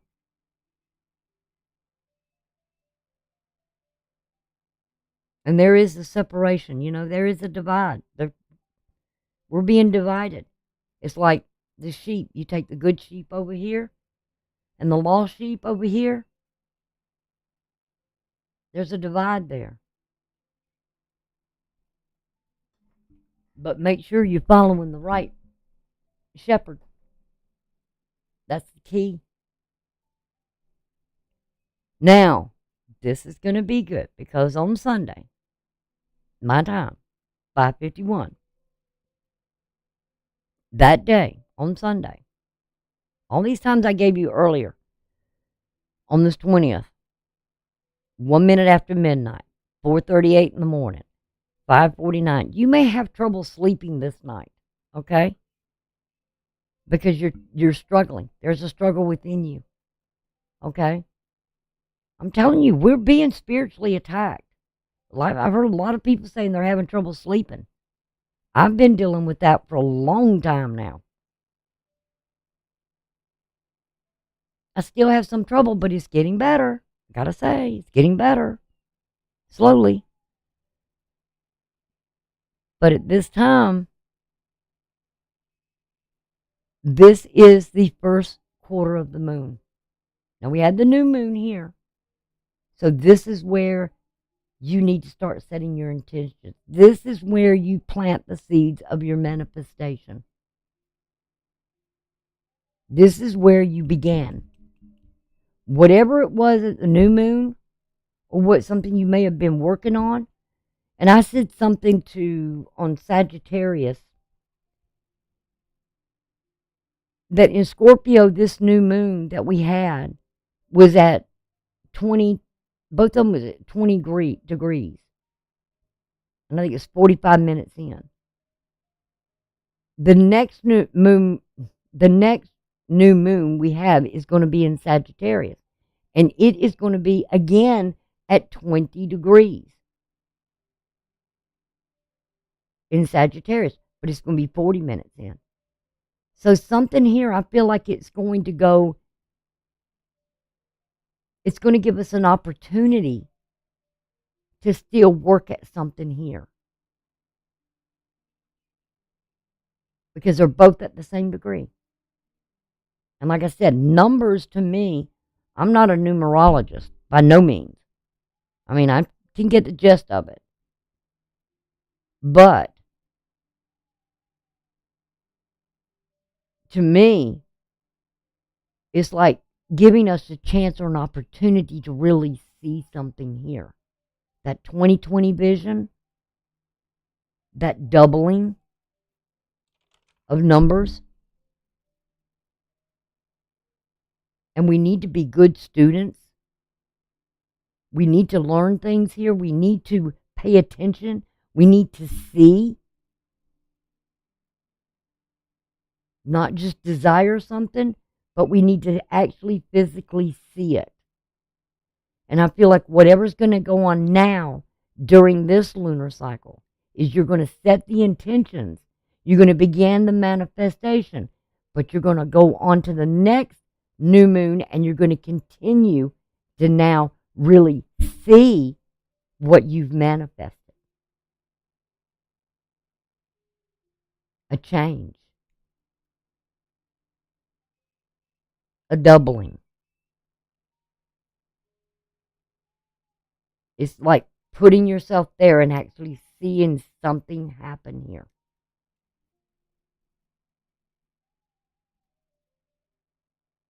And you'll begin to see that seed, the roots, take place and the little bit of growth that's going to happen.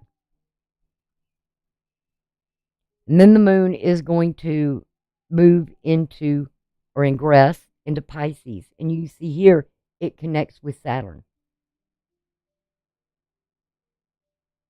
It's like you're not doing anything yet, but you're gonna nurture this now. Whatever this manifestation is you're doing, it's time that you're getting ready to prepare to start working. You've been resting because you've gone through this big transformation you've been dealing with, or this transition. And it's been an explosive one. It's been like a bomb going off in your life. And now you're going to start to see things. And it's time now is when you add the love to it. Now is when you nurture it. Now is when you give it all that it needs to grow. And you're going to give it that passion. Have that passion for it. Now, I know I said it's going to be hard because you've got to keep that eternal flame going, and you're struggling with that. We all are. And this day is, now that it's there, it's in that conjunction with Saturn, or it's right there together, 44 degrees, or 44 minutes, not degrees, 44 minutes in. And that's another doubling number. 4 and 4 is 8, right? Something in life. It's like a doubling new beginning in life. It's like, I don't know about y'all, if you ever heard of baptisms and those sort of things, but it's like we're born naturally, as Christ put it. We're born. We're born into the world with sin, right? But he said we got to be born again. We got to be born in the Spirit. And that is something, that's why I know that children are baptized when they're born. And that's where we sort of redeem them from the sin that they're born into. But they have to choose later on in life to be reborn and born in the Spirit. And this is the time where it's for you to be born in that Spirit and nurture that Spirit within you. I know, like I said, right now, over in that other house, you may be dealing with somebody that you're changing and they don't know how to handle the change. They like, what the heck is going on here? Who are you?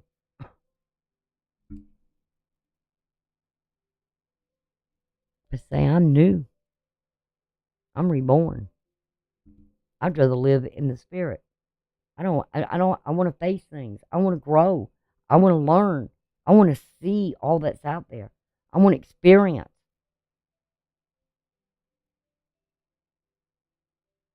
It's like you're shedding the skin.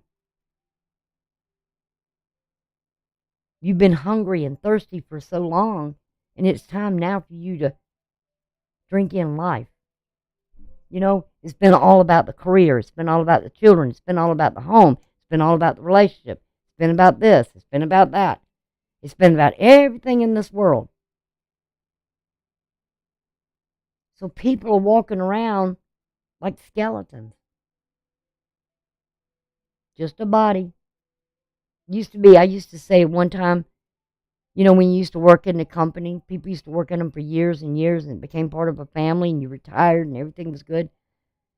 And then I got to where I started looking at things, and I was like, okay, it's not like that anymore. Because now all they want is a body. They don't want the spirit. They just want the body. A monkey could do it. So people thought they weren't replaceable, but they are.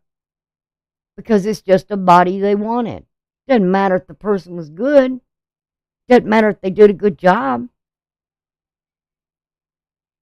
Doesn't matter what the person was made of. Doesn't matter. They just want the body, like a robot. But now you have awakened. You're not woke. You're going to awaken to the spirit. And that's a good thing. That is a wonderful thing. Because then you want to drink up life. You're not of this world anymore. It's not all about the career. It's not all about the job. It's not all about the cars. It's not all about all this. And when you start letting that go, and you start exploring life and drinking in life, and looking at things in a natural beauty, and seeing the vivid colors of life, your whole world's going to change. I remember, must have been about 4 years ago, maybe 5 years ago, when I started the channel, when I was first on YouTube, and I started the channel, I had this vision of something of like, I don't know how old of if any of y'all will remember this, but there used to be the show The Laugh-In, right? And it was all these wild colors, because I was younger then. I did watch Laugh-In. And it was all the wild colors and the flowers and all that. It was, you ever heard somebody say about a mushroom trip? And how I don't do drugs. And I've never done mushrooms in my life, so I don't know. But I felt like I had that kind of experience, where I saw these vivid colors. I saw like an explosion of these blooms or flowers or something there. And that was the best way I could describe it back then, because I didn't understand it. But I said, it's coming. I don't know when, but it's coming. Now, that might have been just for my own life, but I felt like it was coming next year, in the year 2024. Because I was talking about that then. And I'm like, wow, there's going to be an explosion.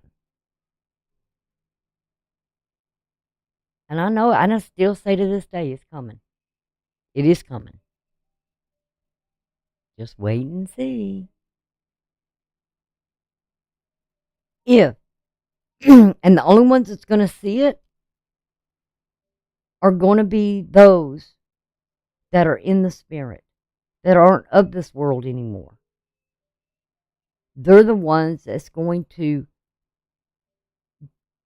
have changed their life and their direction, and have changed their heart to not be a slave of this world anymore. I mean, we're good stewards of the earth. We're supposed to be. But we're not supposed to be enslaved into this world.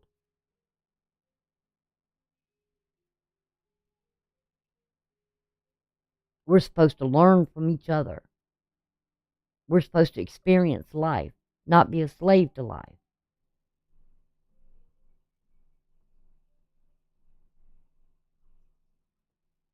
So there's something here. Don't let the glitz and glimmer. Everybody's so much into Hollywood and the stars. Only stars I look at is those ones in the nighttime sky.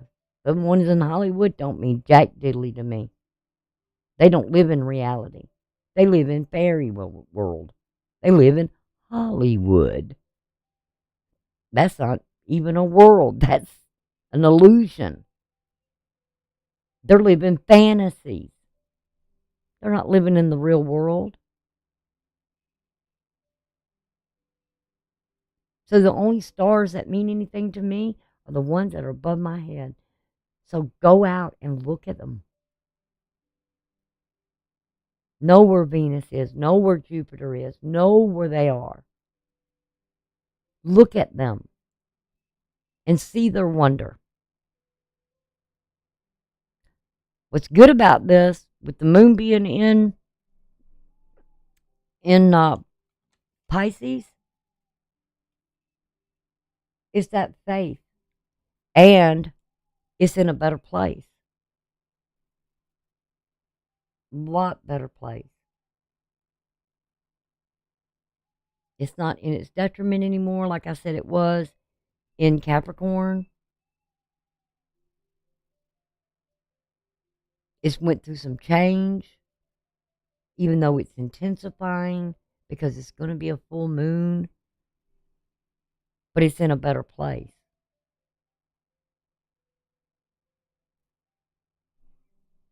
And then we had the moon in a sextile with Jupiter. So it's feeding that energy. I want expansion. I want growth. Remember what I said about the eights? Look what Jupiter is at. It's at 8 degrees. 8 degrees is about a new life, beginnings, resurrection. That hour, that final hour.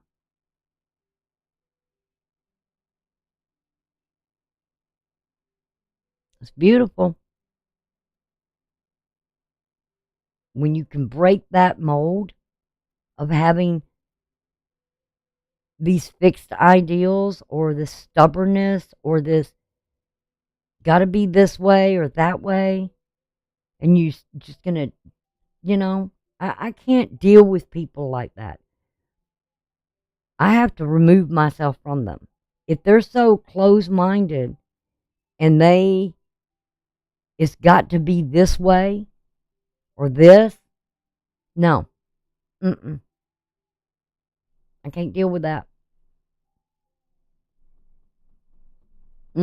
I've got to grow. I've constantly got to grow. My mind is constantly like a computer or whatever, like, input. I need more information. I'm always searching things out. And it always amazes me how things lead me from one place to another place to another place. And some people would say it's going down the rabbit hole. I'm not going down the rabbit hole. I'm just expanding my mind and hoping that I can retain it all and keep it there.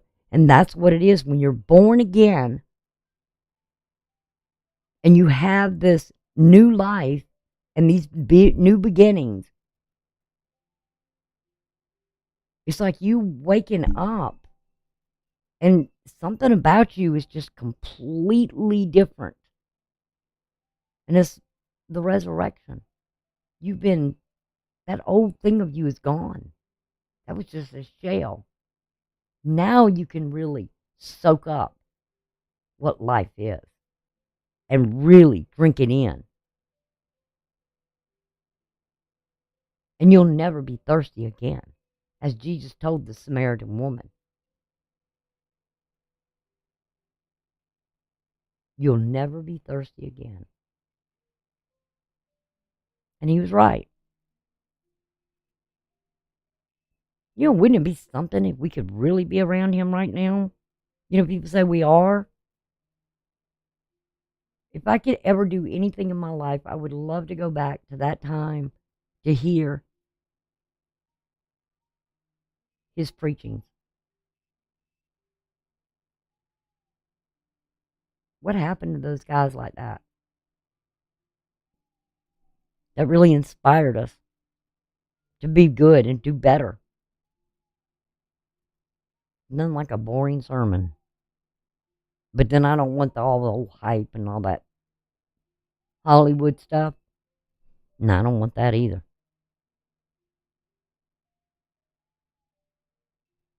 The next thing we got is on the 21st. God, I'm gonna be so way behind here.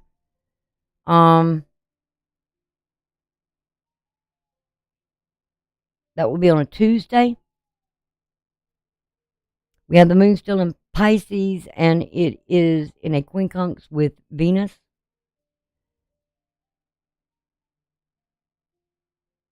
And we also have the moon in a square with Mercury. Could be a little trouble. I feel like what this day's about is going to be mostly trying to make that decision of what action we're going to take. There may be some uncertainty here. And the only thing I feel like what that has to deal with is that the moon is going to, it will conjunct on the 22nd 22nd, it will come into conjunction with Neptune. So there may be a little something here where you don't want to make a decision. You maybe have this fear to make that decision because you don't know what the end result's going to be. And you got to let the fear go and have faith and believe that it's okay. Let spirit guide you and you will be fine. You will make the right decision.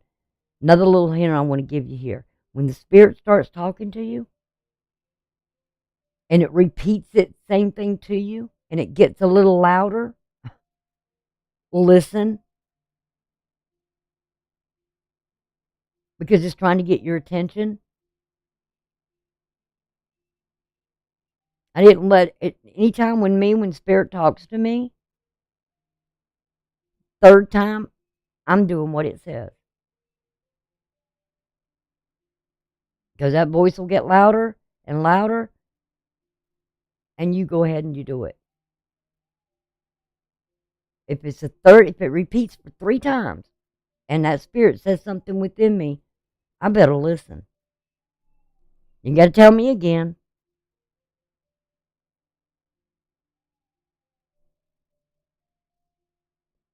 The next thing we have is Mars will be sextiling Pluto.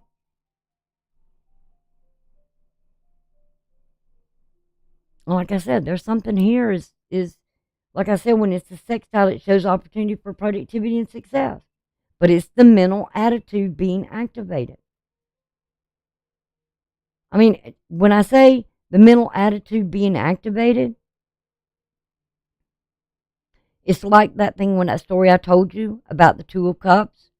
I kept wondering why my mind kept going to that story of the snakes.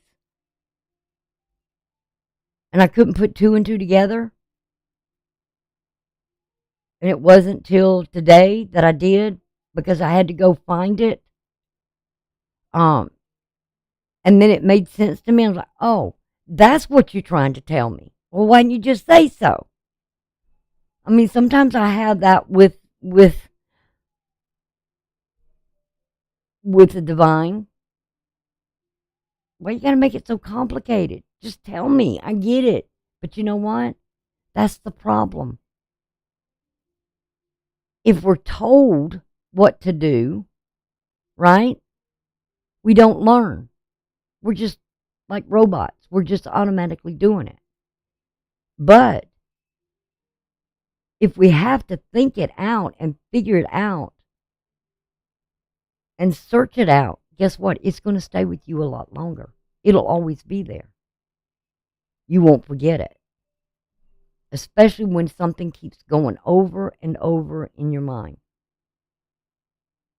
And I could not, like I said earlier, I could not figure out why I kept having that thought. Why was that so important to me? There was a lesson in there somewhere, and there was a message there, and sure enough, there was.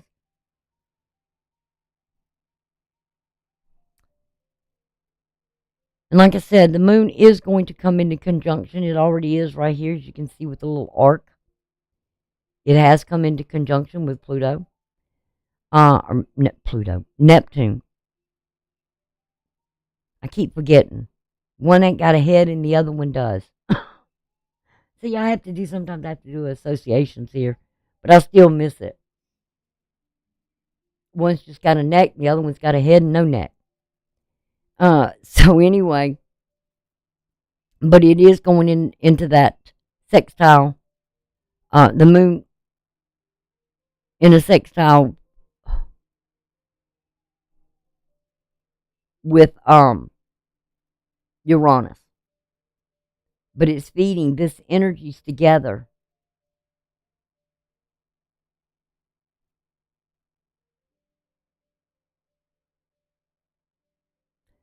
I still want to say, don't be afraid. If you get those messages, don't ignore them, but don't fear them either. Just make sure it's repeated. And your little conscience inside of you will tell you if it's the right message or not. You'll know if it's the right thing that you need to do, or if it's the right decision. If you know the difference between right and wrong, you're okay then. You'll know what's the right thing to do. Unless you have some kind of issues going on. No, I don't hear little voices like schizophrenias do. On the 22nd, we're going to have the moon in Pisces going in conjunct with Neptune, which we talked about already. And it's retrograde. Both of them are at 24 degrees. This is all spiritual. This is heavenly driven. So, like I said, don't be afraid. Don't be afraid to release something. If it's meant to come back, it will. Whatever it is, but let it go. Let it go.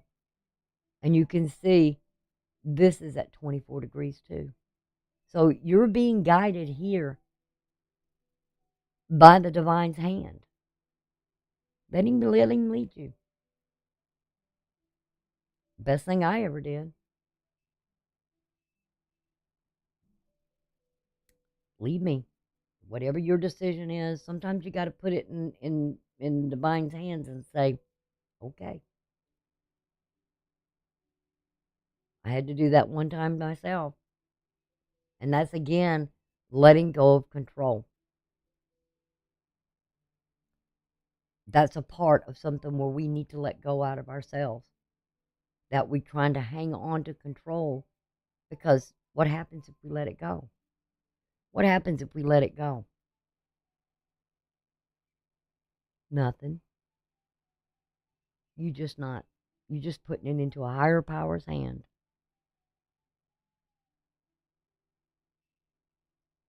And believe you me, you do that, you're going to be well rewarded. Well, that's good karma. Now, the sun is going to be ingressing on this day, on the 22nd. We will go into Sagittarius season. Now, this is your house, your 12th house. This is the house of karma. Okay? Mercury's still in its detriment in Sagittarius. So it does feel weak. It feels negative. It feels repressed. Do not let your mind go there. Please. Do not let your mind go there. Don't let your thoughts take you there. You got to break out and say, I choose to be free. I am not going to be enslaved by negativity. There's a lot of times in my life that I thought to myself, I can't do this. I can't do this anymore. But then I had to say, you can do this. Stop telling yourself you can't do this. You can do this. You might do it differently, but you can do this.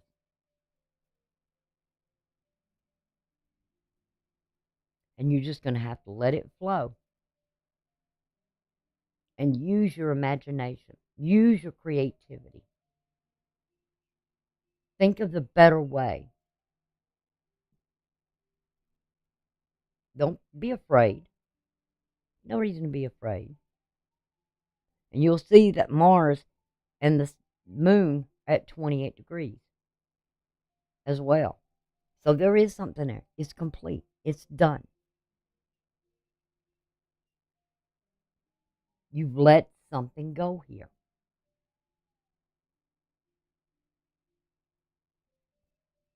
Give it to the divine. Say, Lord, what will be, will be. Whatever you decide,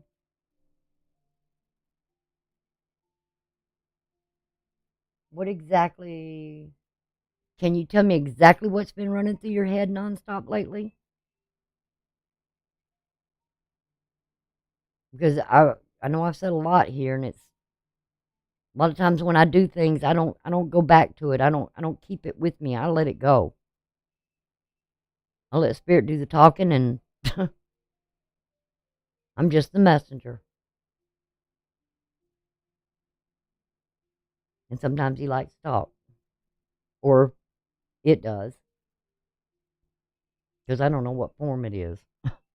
All I know is divine. But this is where you need to surrender something and just let it go. Let the fear go.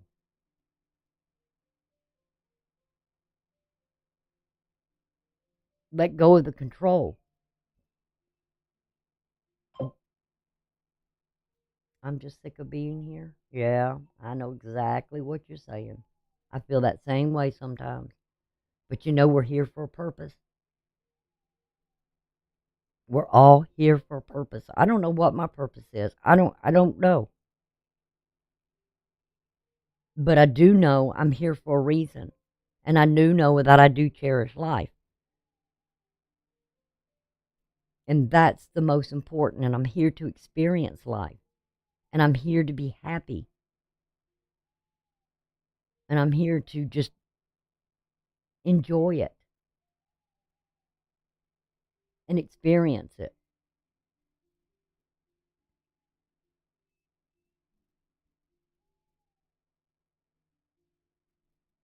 And Shaylee, I've got an email and it's in the about section. Um, and anytime you want to email me and talk to me or ask me a question, it's fine.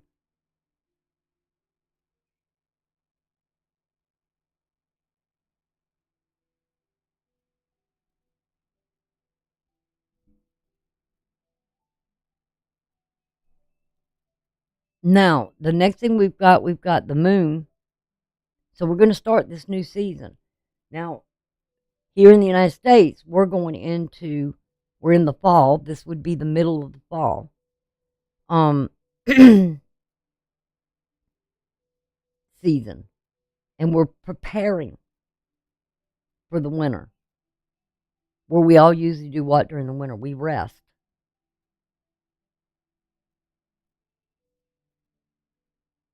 We sleep a little bit more. And it's a good thing. And hopefully we'll all be able to be to that point we can sleep good.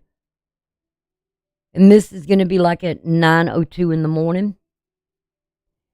And what we've got here is oh, I didn't put that on there. Sorry. We got the moon in Pisces. It's now completing something. You're welcome anytime. Anytime.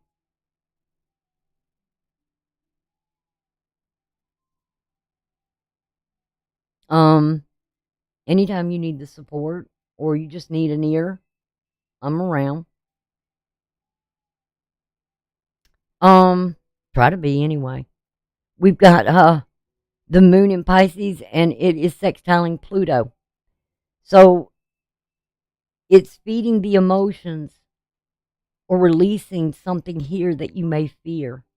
The completion. Something is getting a completion. A cycle is ending. Something with that sun. The sun now, like I said, is moved. It's gone through that cycle of Scorpio.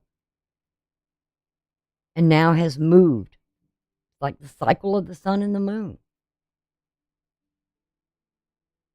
Something here is finished. It's completed. It's done. And there is a thing with well, not numerology, but biblical coding, that 28 is the number for woman. Time for a woman to heal. It's healing time. And through this new beginning, new life, you're going to come out a better woman. Sort of a resurrection as a new you.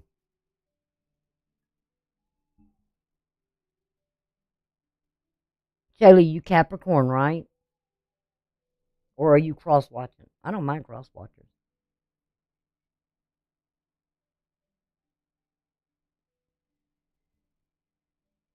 So this is for you to become so much better person, seeing yourself in a different way. You've been kind of sort of like changing you and coming out better than you ever been before. Then the next thing we have the moon trine Scorpio. I mean Scorpio. The moon I was looking at Scorpio. The moon trine Mars. You're going to feel this ease and comfort. Anytime you see a trine, which is this little blue line right here, anytime you see that, okay, it's the moon conjunction with, oh, you're cross-watching, okay. I'm in love, okay, you're in love, I get that part, love with a Capricorn. Oh, okay, bless your heart. You're a Pisces, okay. Well, there's something here that you're going to have to just, Capricorns are hard to deal with, but the Capricorn is going through some kind of transformation. And it could be very difficult for them. They've been going through it for a long time now. A very long time.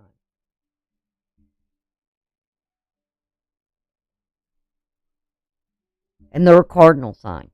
So they think they know what's best for everybody. And they like being in control. And they don't know how to give up that control as well. So it can be kind of difficult. But they've been trying to change. Or they've been forced to change.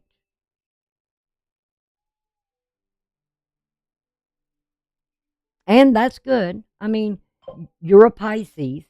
They're a Capricorn. So you can spiritually help them through the transition, the change, which is a very good kind of combination there.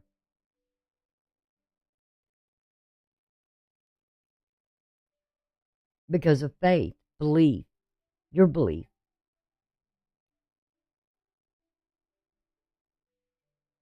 Pisces are mutable, and I love mutable signs because the mutable signs, they know how to survive.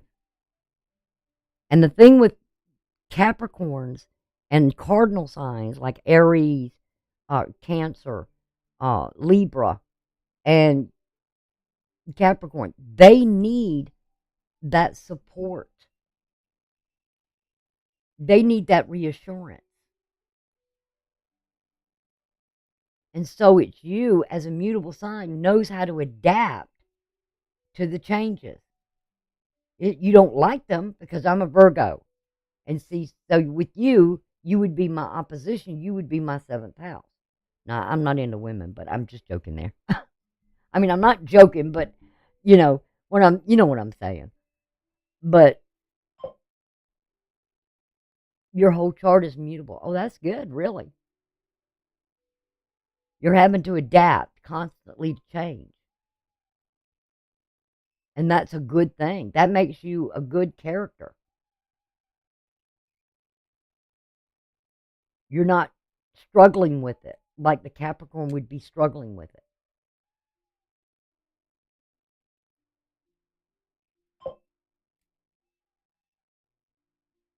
Your moon and your rising. Oh, okay. I like that. And you have Pisces in your seventh house. Oh, okay. So he would have a very good woman, I would say. And sometimes you're gonna have to adapt to whatever is going on with him, and sometimes you might have to give that little space, even though you have a need as well. Take that time of that space and do for you. Try to take your mind off of him and focus it back on you and what you need at that time. Don't ever, I would tell anybody, don't ever wait for somebody else to give you what you need.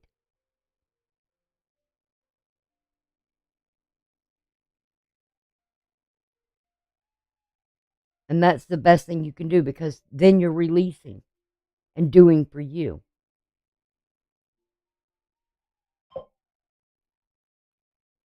Capricorn also rules your seventh. Okay. Huh. That's interesting. So it's a good balance there. I mean, Earth holds the water, and water nurtures the earth. It gives it what it needs, and the earth gives back to the water. So, like I said, right now, Capricorns are going through a transformation, and it may be difficult for them, but it's almost complete. Um,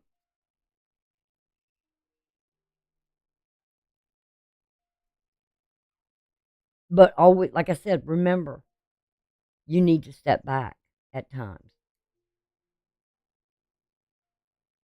and let them kind of sort out what they are going through, and you, why it may be a difficult time that they're going through, you need to take care of you as well.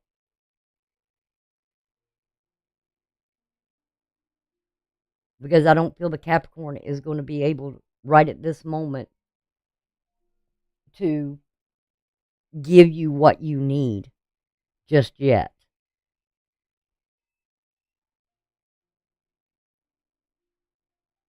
Because they got to learn to let go too of the control.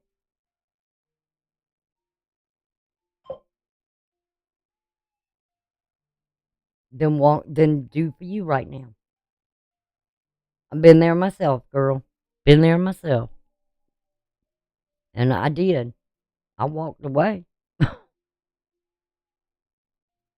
The hardest thing I ever had to do, but sometimes that's what you got to do. If you love someone enough, you got to walk away. You got to take care of you. Now, the moon on this time at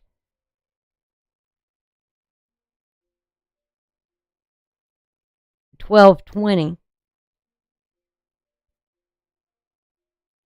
What do I feel that time? Oh, okay. Yeah, that's right time, right placement. At this time, the moon now has ingressed into Aries. So this is where, and it's also, look at it, it's still conjunct with Neptune.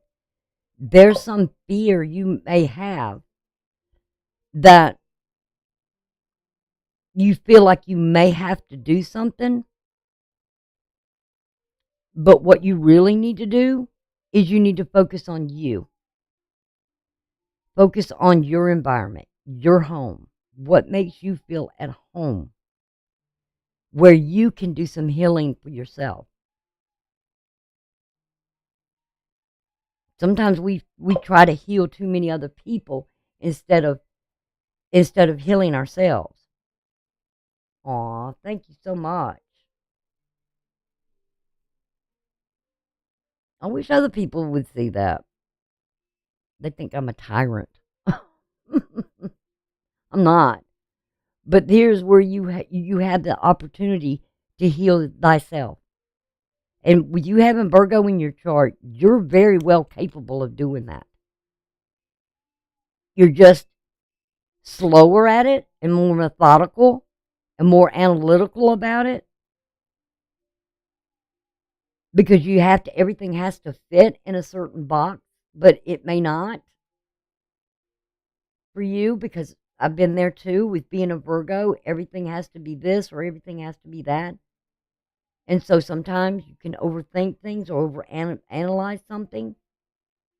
And sometimes we just need to listen to what's inside, that we don't have to do that. It's okay to give it time and let whatever it is come to us, and just work on our own wounds and heal ourselves.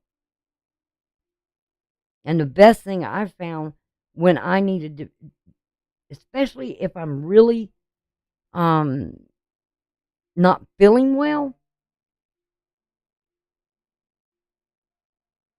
And this is really, you might, anyway, I'm going to say it anyway.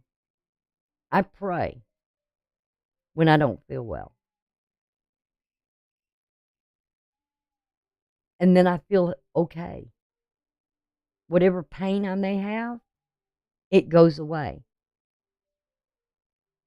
See, people will talk a lot about meditation. They'll talk about this, they'll talk about that. I speak about prayer.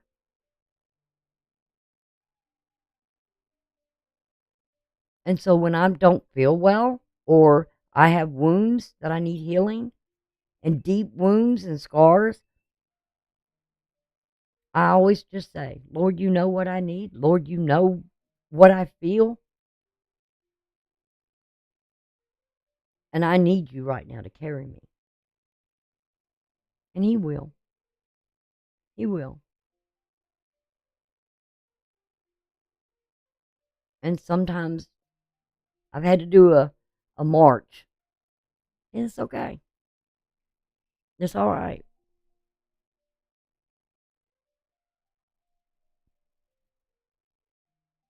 Sometimes you really got to get His attention. It's like a 911 call. Yes, prayer is an amazing gift. And a lot more people need to experience it. And they just don't know. Next thing we got, I'm going to go to,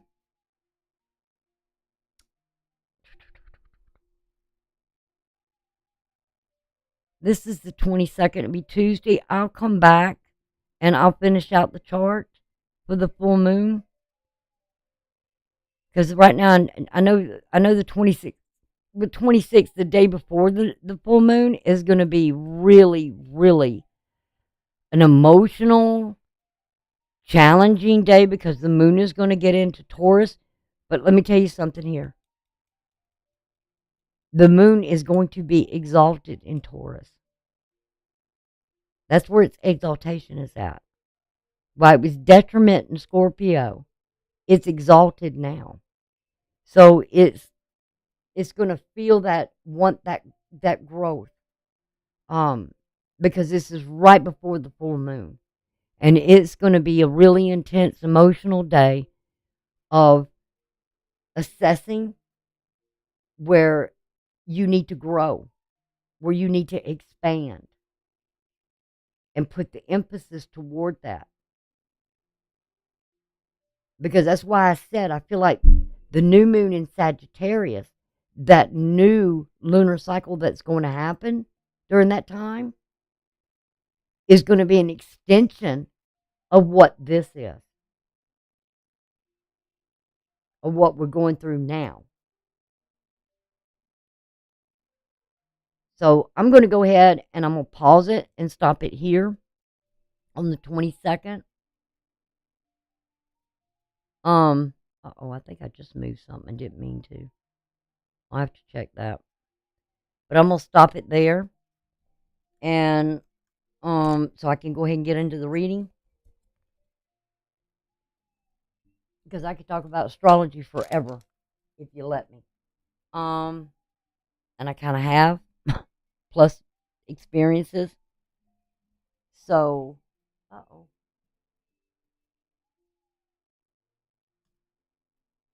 excuse me. So let's go ahead and go over to the cards, and I'll come back with that. I might pick back up on it tomorrow. Let me make a notation. I don't. Stopped on the 22nd, right? Yep.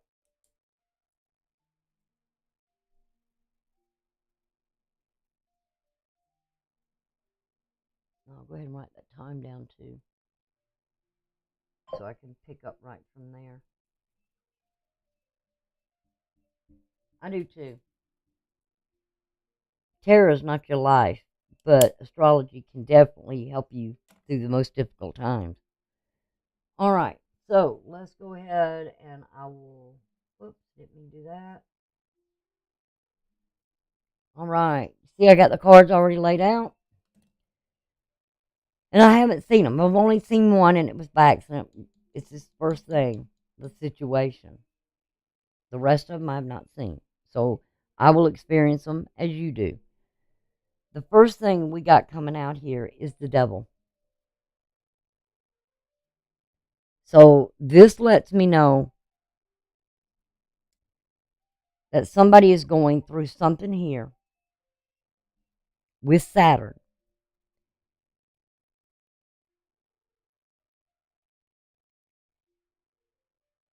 They're trying to control something. The thing that bothers me here with this is that anytime the pentagram here is, I'm sure y'all can do a little research on this if you'd like, but this Venus goes through a 5-point star, okay? When it's reversed, this is kind of like with a detriment here. It's when she's going through death and she goes into hell and she has to sacrifice something.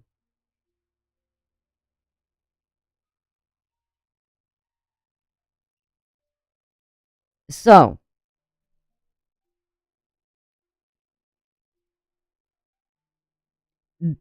Venus did this during her retrograde. I believe it was in Leo when she went in retrograde. If I remember correctly, it was Leo. But she went behind the sun and she went into the death, into hell. And she had to sacrifice something here. And this is usually the woman making some sort of sacrifice. And it's usually breaking that chain, surrendering to something here and not be bound by it anymore, breaking free of something here. So she can come back and be the morning star. She can go through a rebirth. And sometimes you got to break that hell and go through that death to be rejuvenated, regenerated, resurrected. And the sacrifice is usually something we love. But if we release it, instead of trying to hold on to it so tightly, you know how it is? When you're holding on to something so tight, it wants to be free just that much more. But when you let it go and you surrender it and make that sacrifice, because sometimes we got to sacrifice things. And that's the hardest thing to do. But then it gets turned around. And something comes to a completion. And it's going to be better on the other side. Something comes full circle. Because remember, this is about the Capricorn. This is the card of Capricorn. And what comes after that is the World card, which is about Saturn.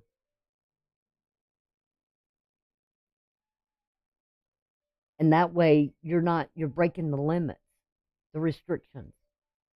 And this is sort of a limit and a restriction. I mean, nobody wants to walk around with this heavy chain around their neck.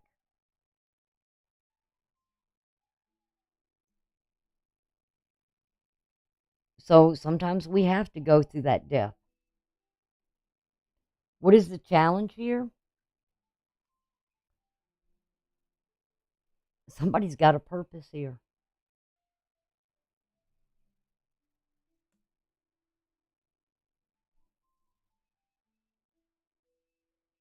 The star card here is Aquarius.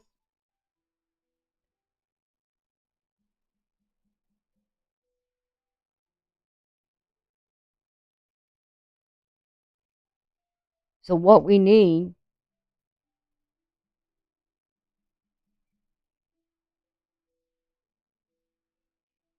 give me a minute. Yeah.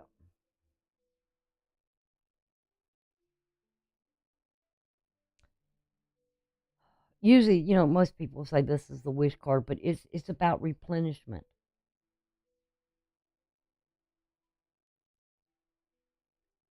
Something's got to be released here. Somebody's still too bound.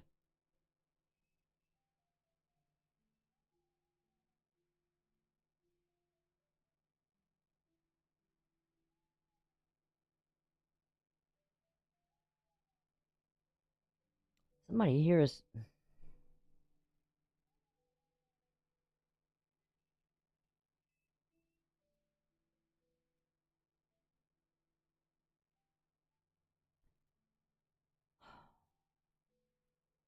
Somebody that they got to find their own value in themselves here. They got to find out what really means something to them. And it's almost like the challenge here, whoever the Capricorn here is going to have to go and find out what its purpose is. And that may be just exactly what it is, not knowing what their purpose is.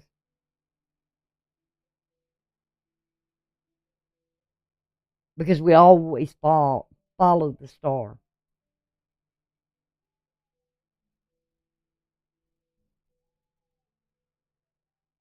And try to find our way. So the challenge that they're facing is their own value system. Not knowing where they belong. And it's also known as the water bearer. They have to surrender something here, something they're feeling. They got to let it go.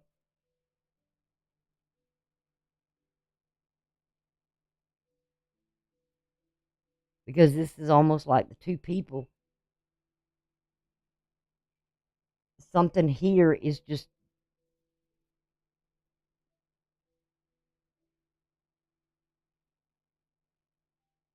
There's a need for that water of life.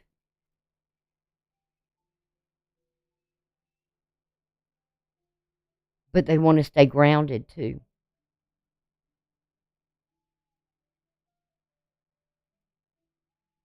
So right now with that moon, like I said earlier, the moon being in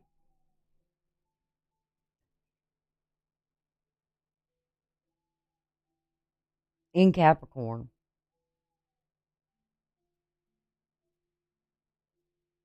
they're going through a very difficult time.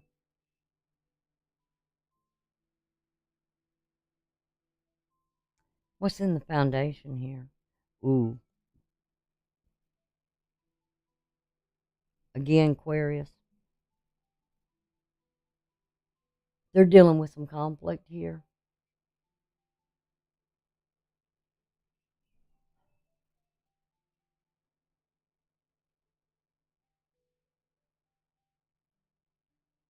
I got a feeling somebody here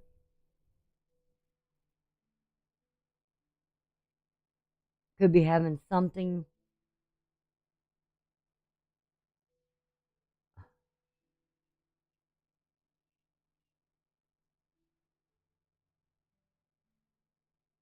They're struggling really, really bad.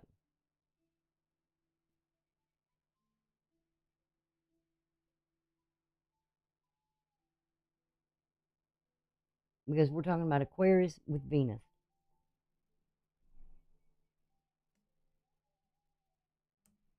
I don't think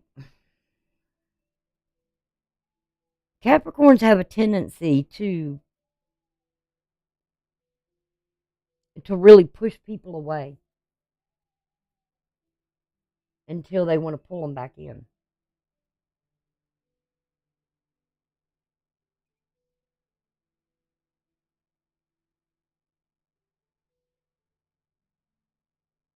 And this, whoever this is, they're there's issues here. There's problems here.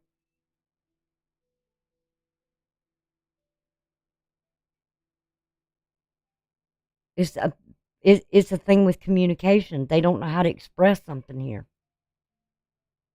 How to express what they feel.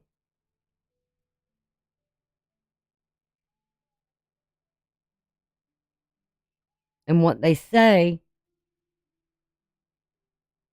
It comes out as, I don't want to say anger, can be, and it can be hurtful.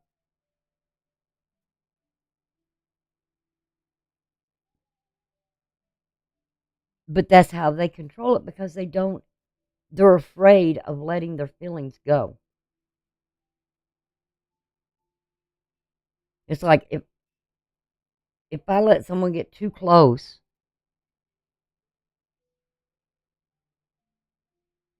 they're afraid to feel. And it's almost that thing of, I've always got to be in control. If I can't control the situation, they're afraid to let go, to just enjoy the moment.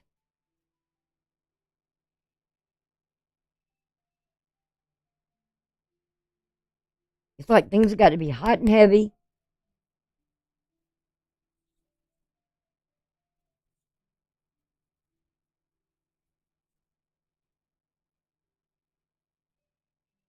They got to be the one to take the action. It's like if somebody came onto them, it would be almost like an insult to them. It's like, I've got to be the one that does it. Don't invade my space, blah, blah, blah. I got to be the one that initiates it. They're not very good receivers.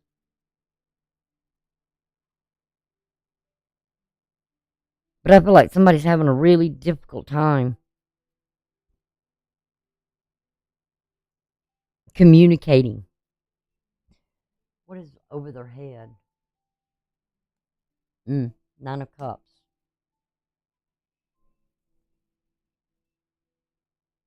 Talking about Pisces energy. Jupiter.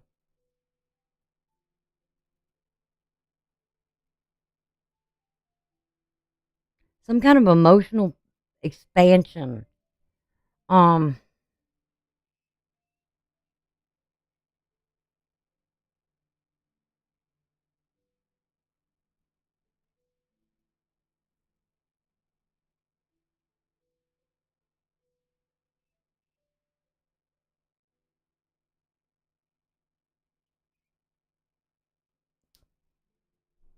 To me, that's sort of that fulfillment.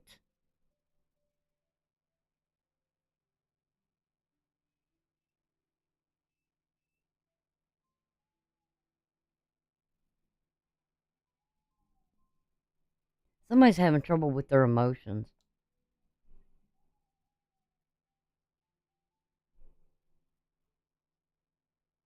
All right, now we've got the 7 of Pentacles in their south node.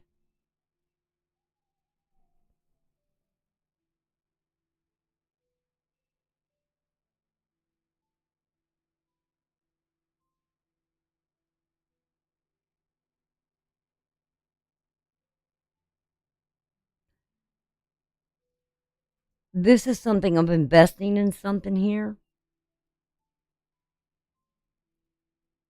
but something of a return is limited. It's like they put work into something, whatever they get back, they feel like they're not going to get back the same amount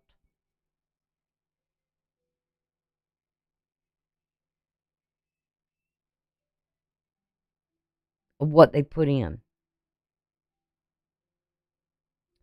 And they do have the Ace of Pentacles at their feet. It's like, I'll keep a spare seed.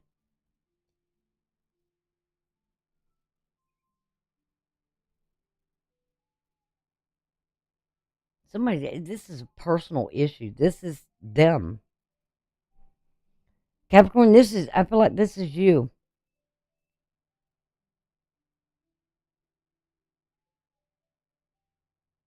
You're set on something here in what you're investing in. It's like if you invest in something here and you put all the work in it, You feel like you're not going to get back out of it what you put into it.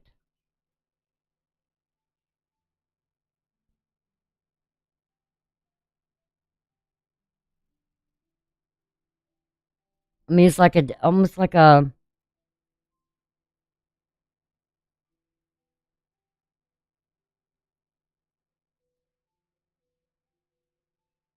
it's kind of that thing of wanting something now, but it's something you got to learn about patience here. Takes time, takes work. And there's this thing of something here you've got to put the effort in. You've got to put the work in. You just can't do just a little bit. Somebody here, there's a Capricorn here. Got Capricorn again. Like what I just say. Got to put the work into it.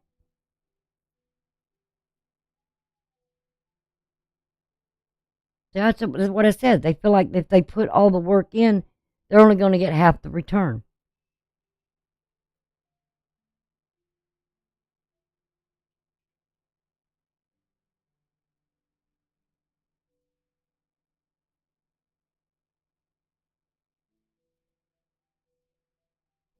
Hmm.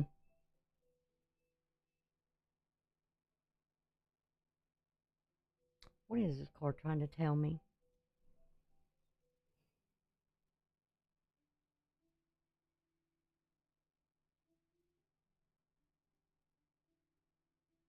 Oh.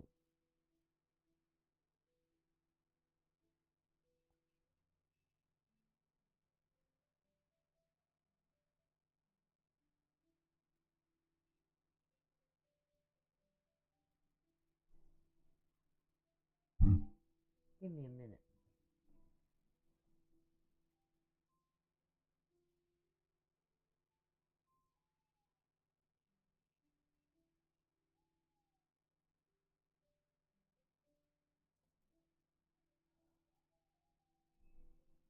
It's that eternal flame, that spiritual flame. Whatever they're doing here is like, okay. This is Mars in Capricorn. Okay? Mars is driven.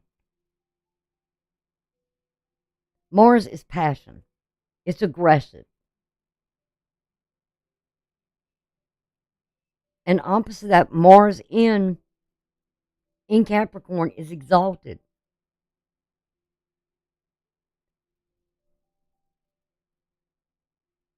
And opposite of that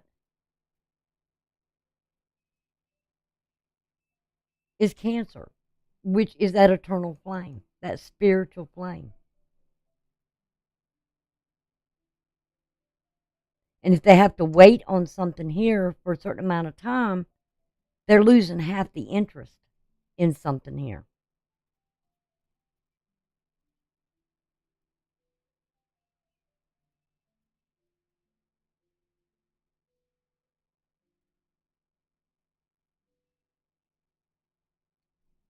And there's where the conflict comes in. They're not, if somebody, I would say if somebody tried to offer somebody help here, mm-mm, no.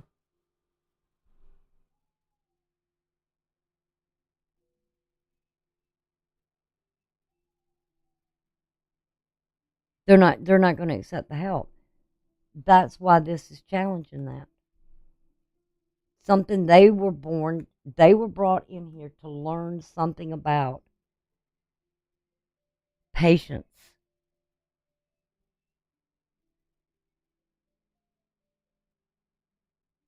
Something about with their feelings, their spiritual feelings.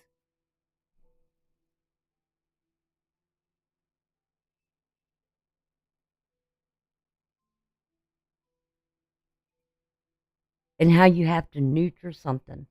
The work.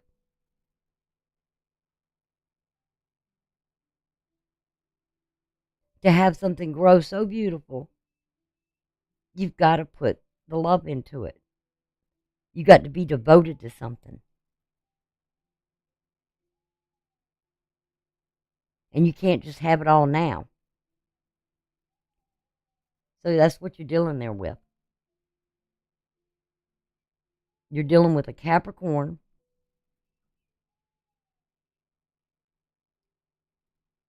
who thinks it has to be a certain way. And if it doesn't happen in a way, in a time,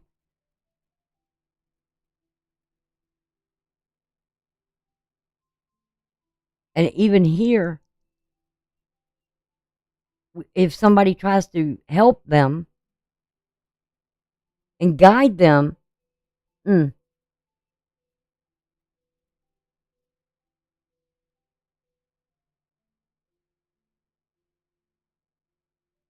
it's like almost like this would be like someone attacking the people that they care the most about.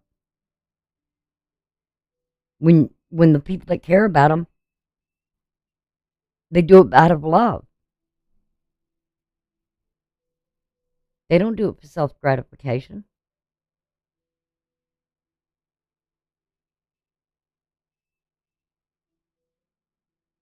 And that is why the challenge is here, the star.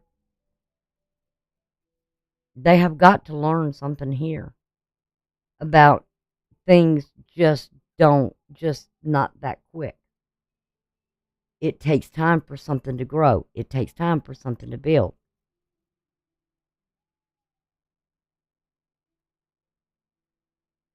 And the situation right now is why the Pentacle's upside down.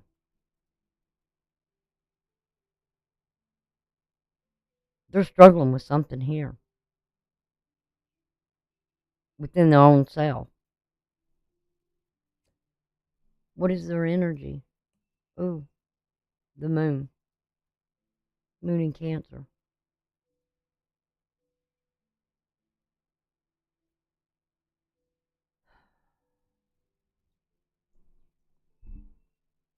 They feel defeated. They're going to end up feeling defeated.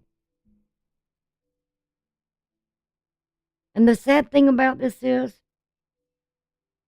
once they're like this, then all of a sudden, they're not happy. They're not satisfied. Again, the 3 and the 3. And I'm not saying third party, because anybody that knows me knows I don't throw that third party around lightly at all. To me, this is somebody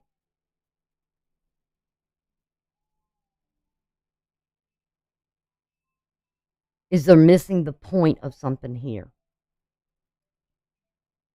It was love that was being offered, where they thought that people were controlling or trying to manipulate them. There's a trust thing here. And trust comes from faith and belief in something.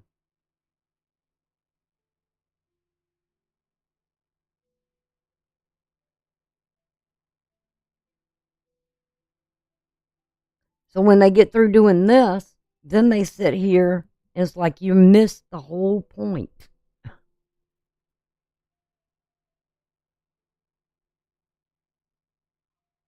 Because they're not really fulfilled.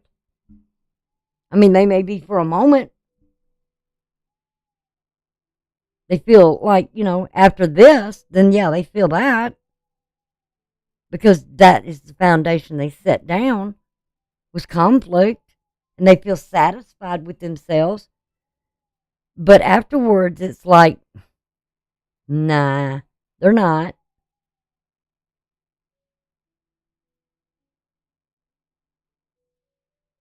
There's sort of this disappointment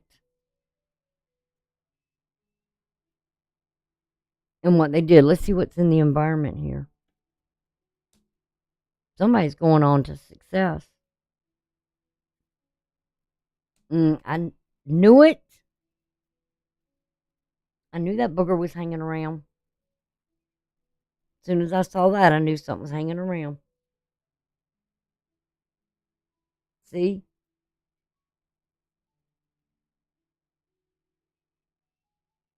In the environment, there's success here.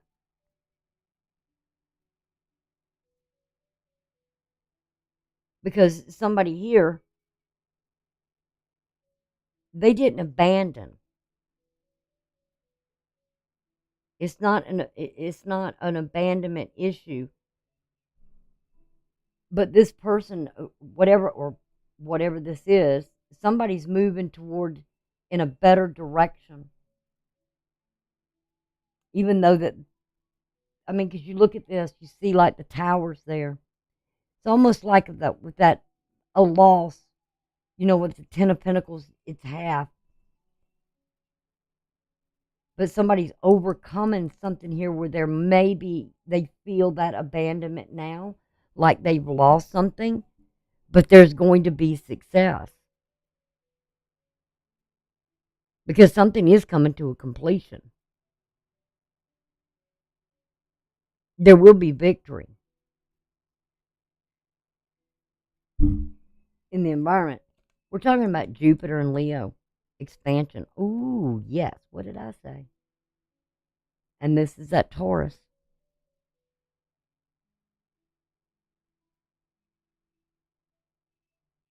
Somebody's figured it out.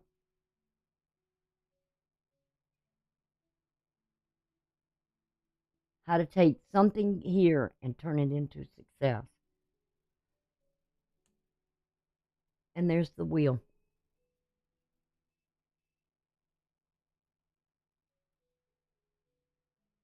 Somebody's setting good karma here, and somebody's going to be the one that lost something that really would have meant more.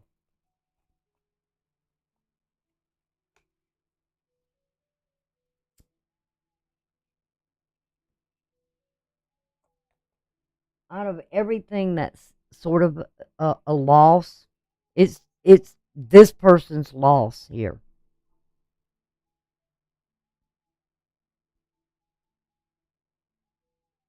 Because in the environment, whoever is moving forward in a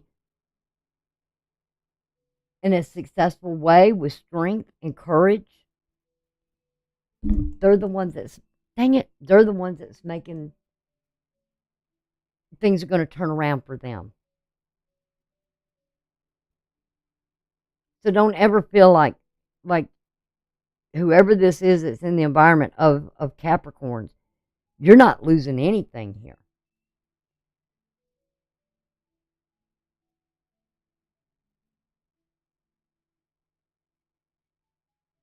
You haven't abandoned something here. You just set it free. Because this one is the Capricorn is the one who's sitting here waiting on something.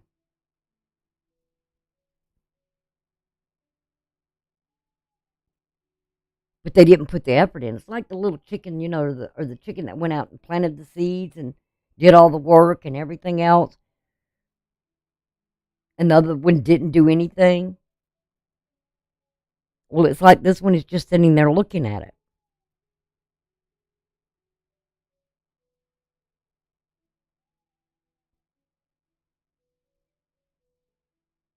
They didn't have the patience to wait. And see, then they begin to lose. Then there's nothing there. All they're left is with that one or two juggling.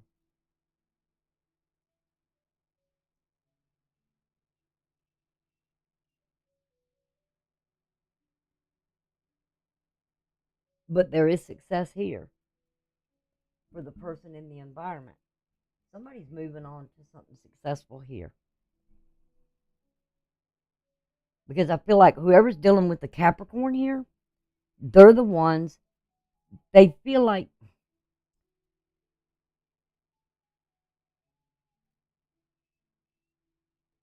they've lost something, but they haven't.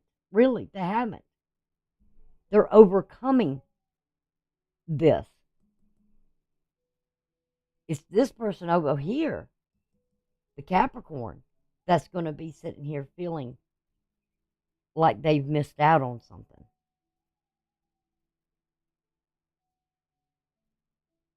Because in the environment, they're moving to something successful here.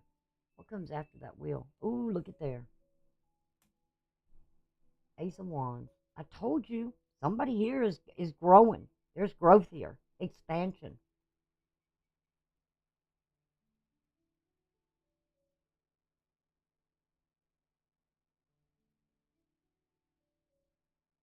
Something in love affairs. And what it is they're going to success to is they're healing thyself,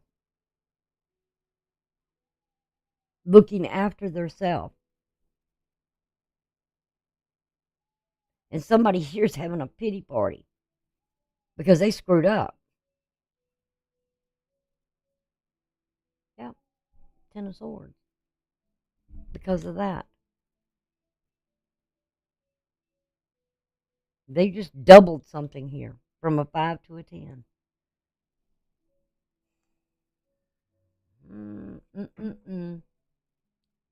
Yep. Sun in Virgo. Somebody should have really put more effort into something here. And they're going to realize that.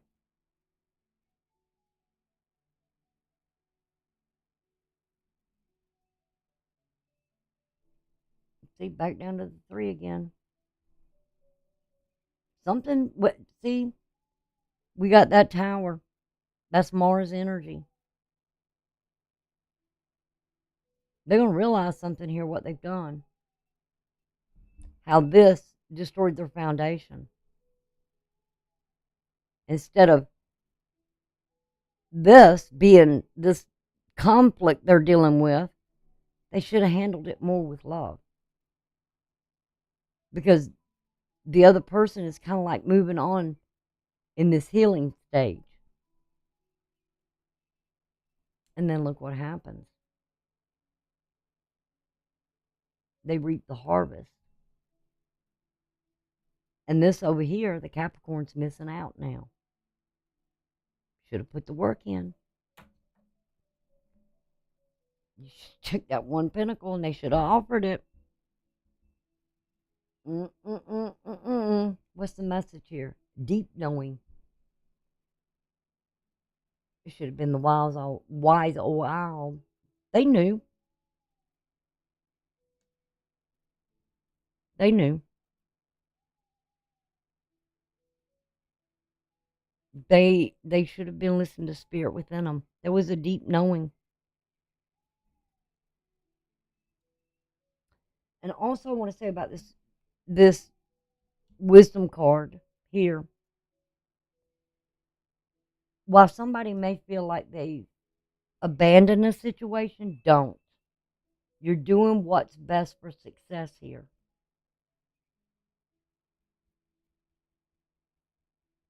The opportunity will come later.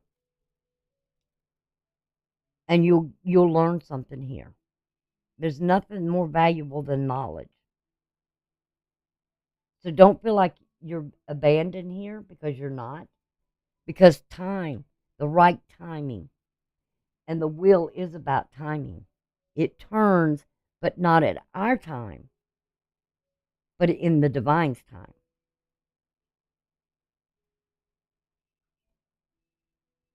And there will be that offer given. This Capricorn's in a dark place right now, and they have to, really, they need to show some gratitude. And they don't know how to do that. And that may be their purpose in this life, is to show some gratitude. And giving thanks.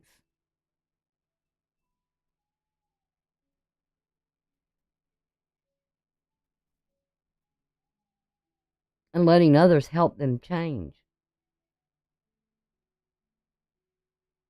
Because I would say right now, when after that full moon,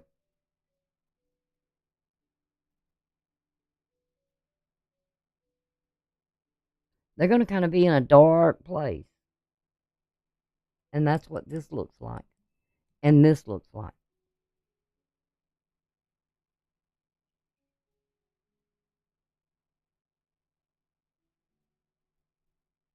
got, if I was dealing with a Capricorn right now, I would just say, I'm going to give you time to figure it all out. You're going to have to experience it for yourself. In the meantime, I got to take care of me.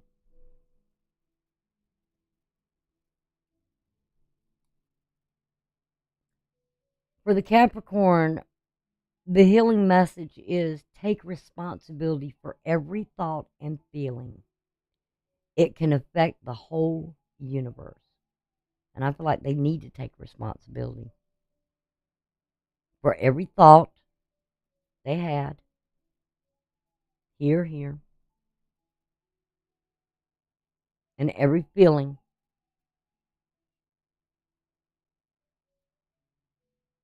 Take responsibility for it. And it will change everything in their life. What's being manifested by the universe is the sun. The golden energy of the sun brings fame and fortune. But that's what the universe is trying to manifest for them. But they got to take responsibility for something here. They got to show something, the courage and the character.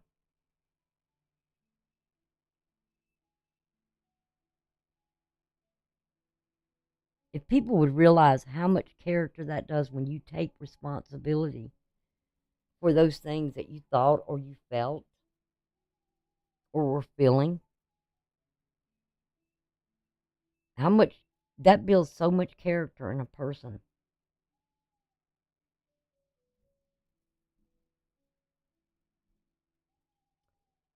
The door that's being opened, I love that door.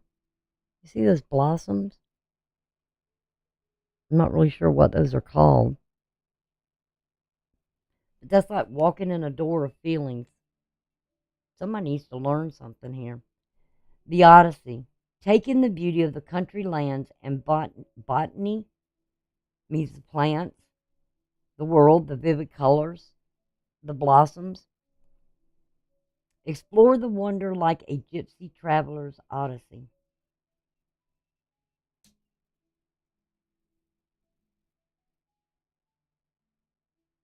This person got to work on themselves. And they got to face this challenge and take responsibility for something, for their own feelings that they pour out to others. And even the thoughts that they had.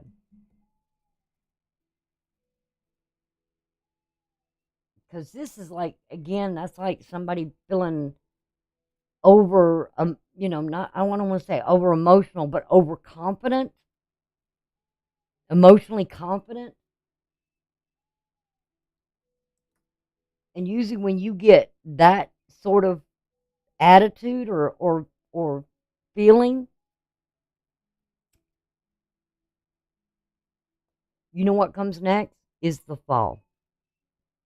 Because this feelings change every 2 days or 2.5 days.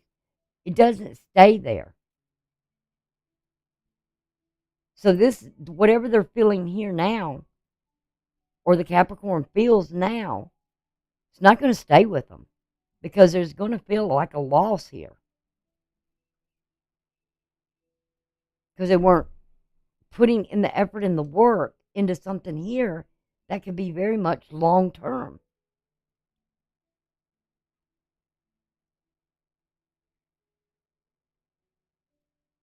Don't let yourself be caught up in this over here if you're dealing with a Capricorn, for the simple reason you need to work on you. You need to take care of you and heal your wounds. All right. I'm going to roll the dice for the Capricorn. We're going to see planet, a sign, and house. What is the planet that's affecting Capricorn the most? And if I get the sun out of here, oh, I'm going to know what's going on. Mm.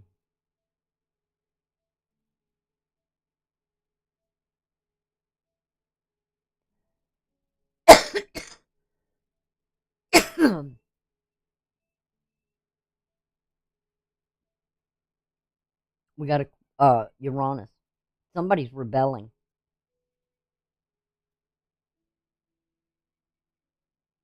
They're trying to break this chain.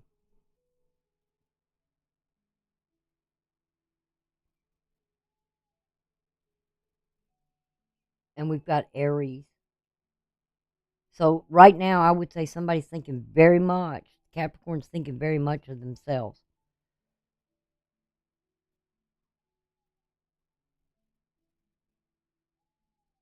And the eighth house, which is Leo, which is where the sun sets. And there's nothing there right now. The sun at this time is in Scorpio, which Scorpio usually rules the eighth house.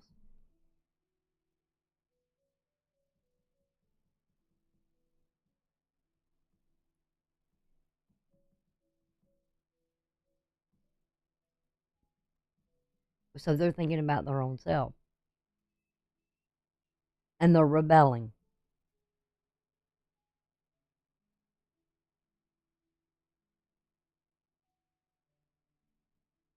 They're trying to break free of something here. Something that's holding them.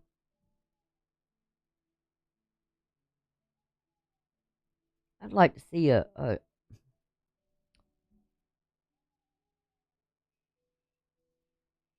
I don't know why I just got something about a mother figure.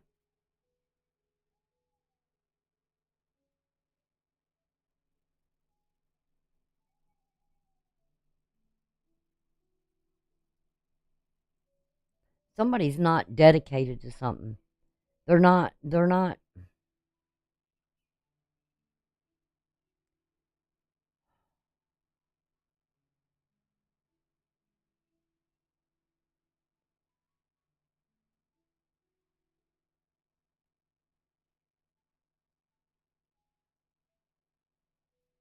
I just feel like the Capricorn's not putting the effort in. What is this for the one in the environment that's going toward this success in healing? I feel like this is healing in success.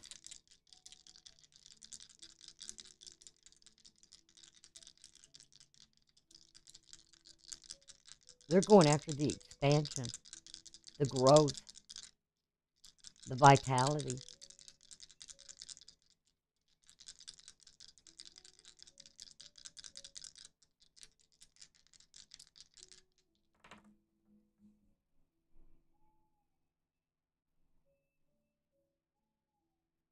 They got the sun.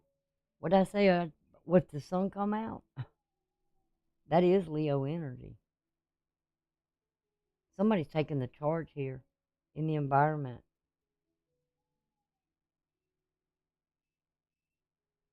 And we got Aquarius as the sun.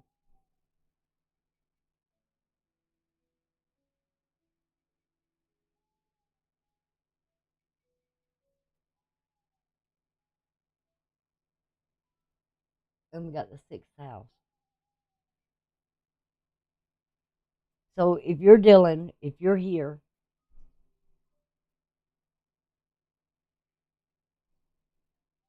and you're moving forward successfully here, and you're working on yourself,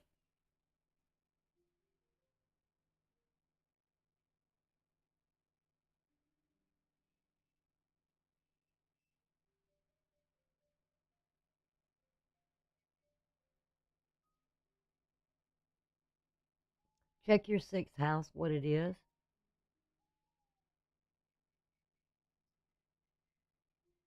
Because didn't I say something? Yeah.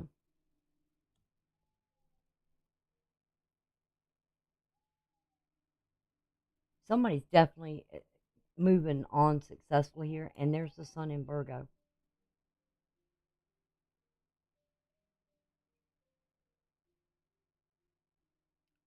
whoever's over here on this, there is going to be success because you're going to put the effort in. You're going to work on something here.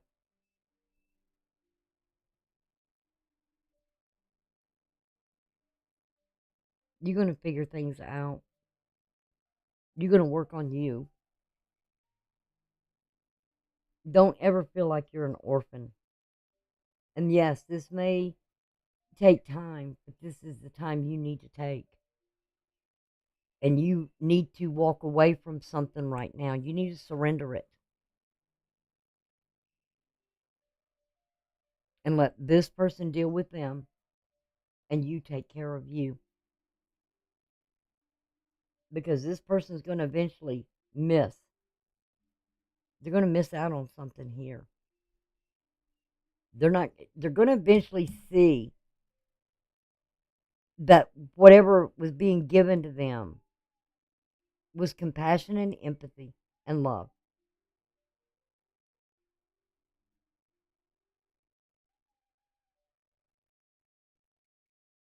And they're going to have to think about this.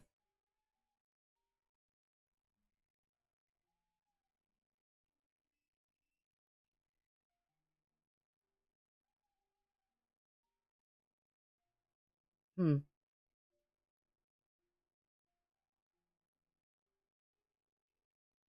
that's what I got for you, Capricorns.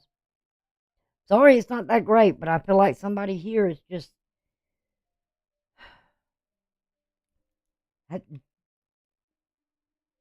They've got to go through something here.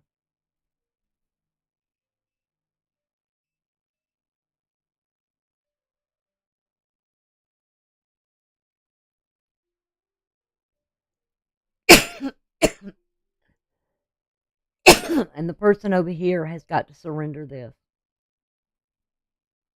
and work on their healing. If somebody pushes you away,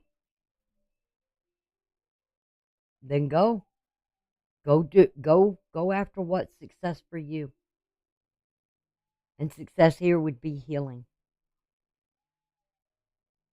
Given to oneself. Loving oneself.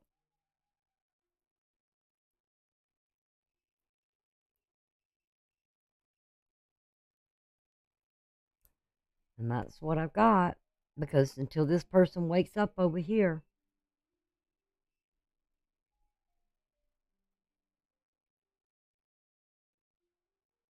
you'll see what happens next time. You're welcome, hon. But take care of you right now.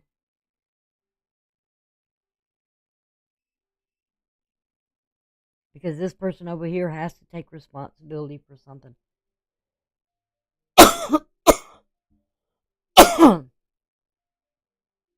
Alright? And I will see y'all later. Like I said, I will come back. I did write down that date and time where I stopped at on the astrology. And I'll come back to it. Alright?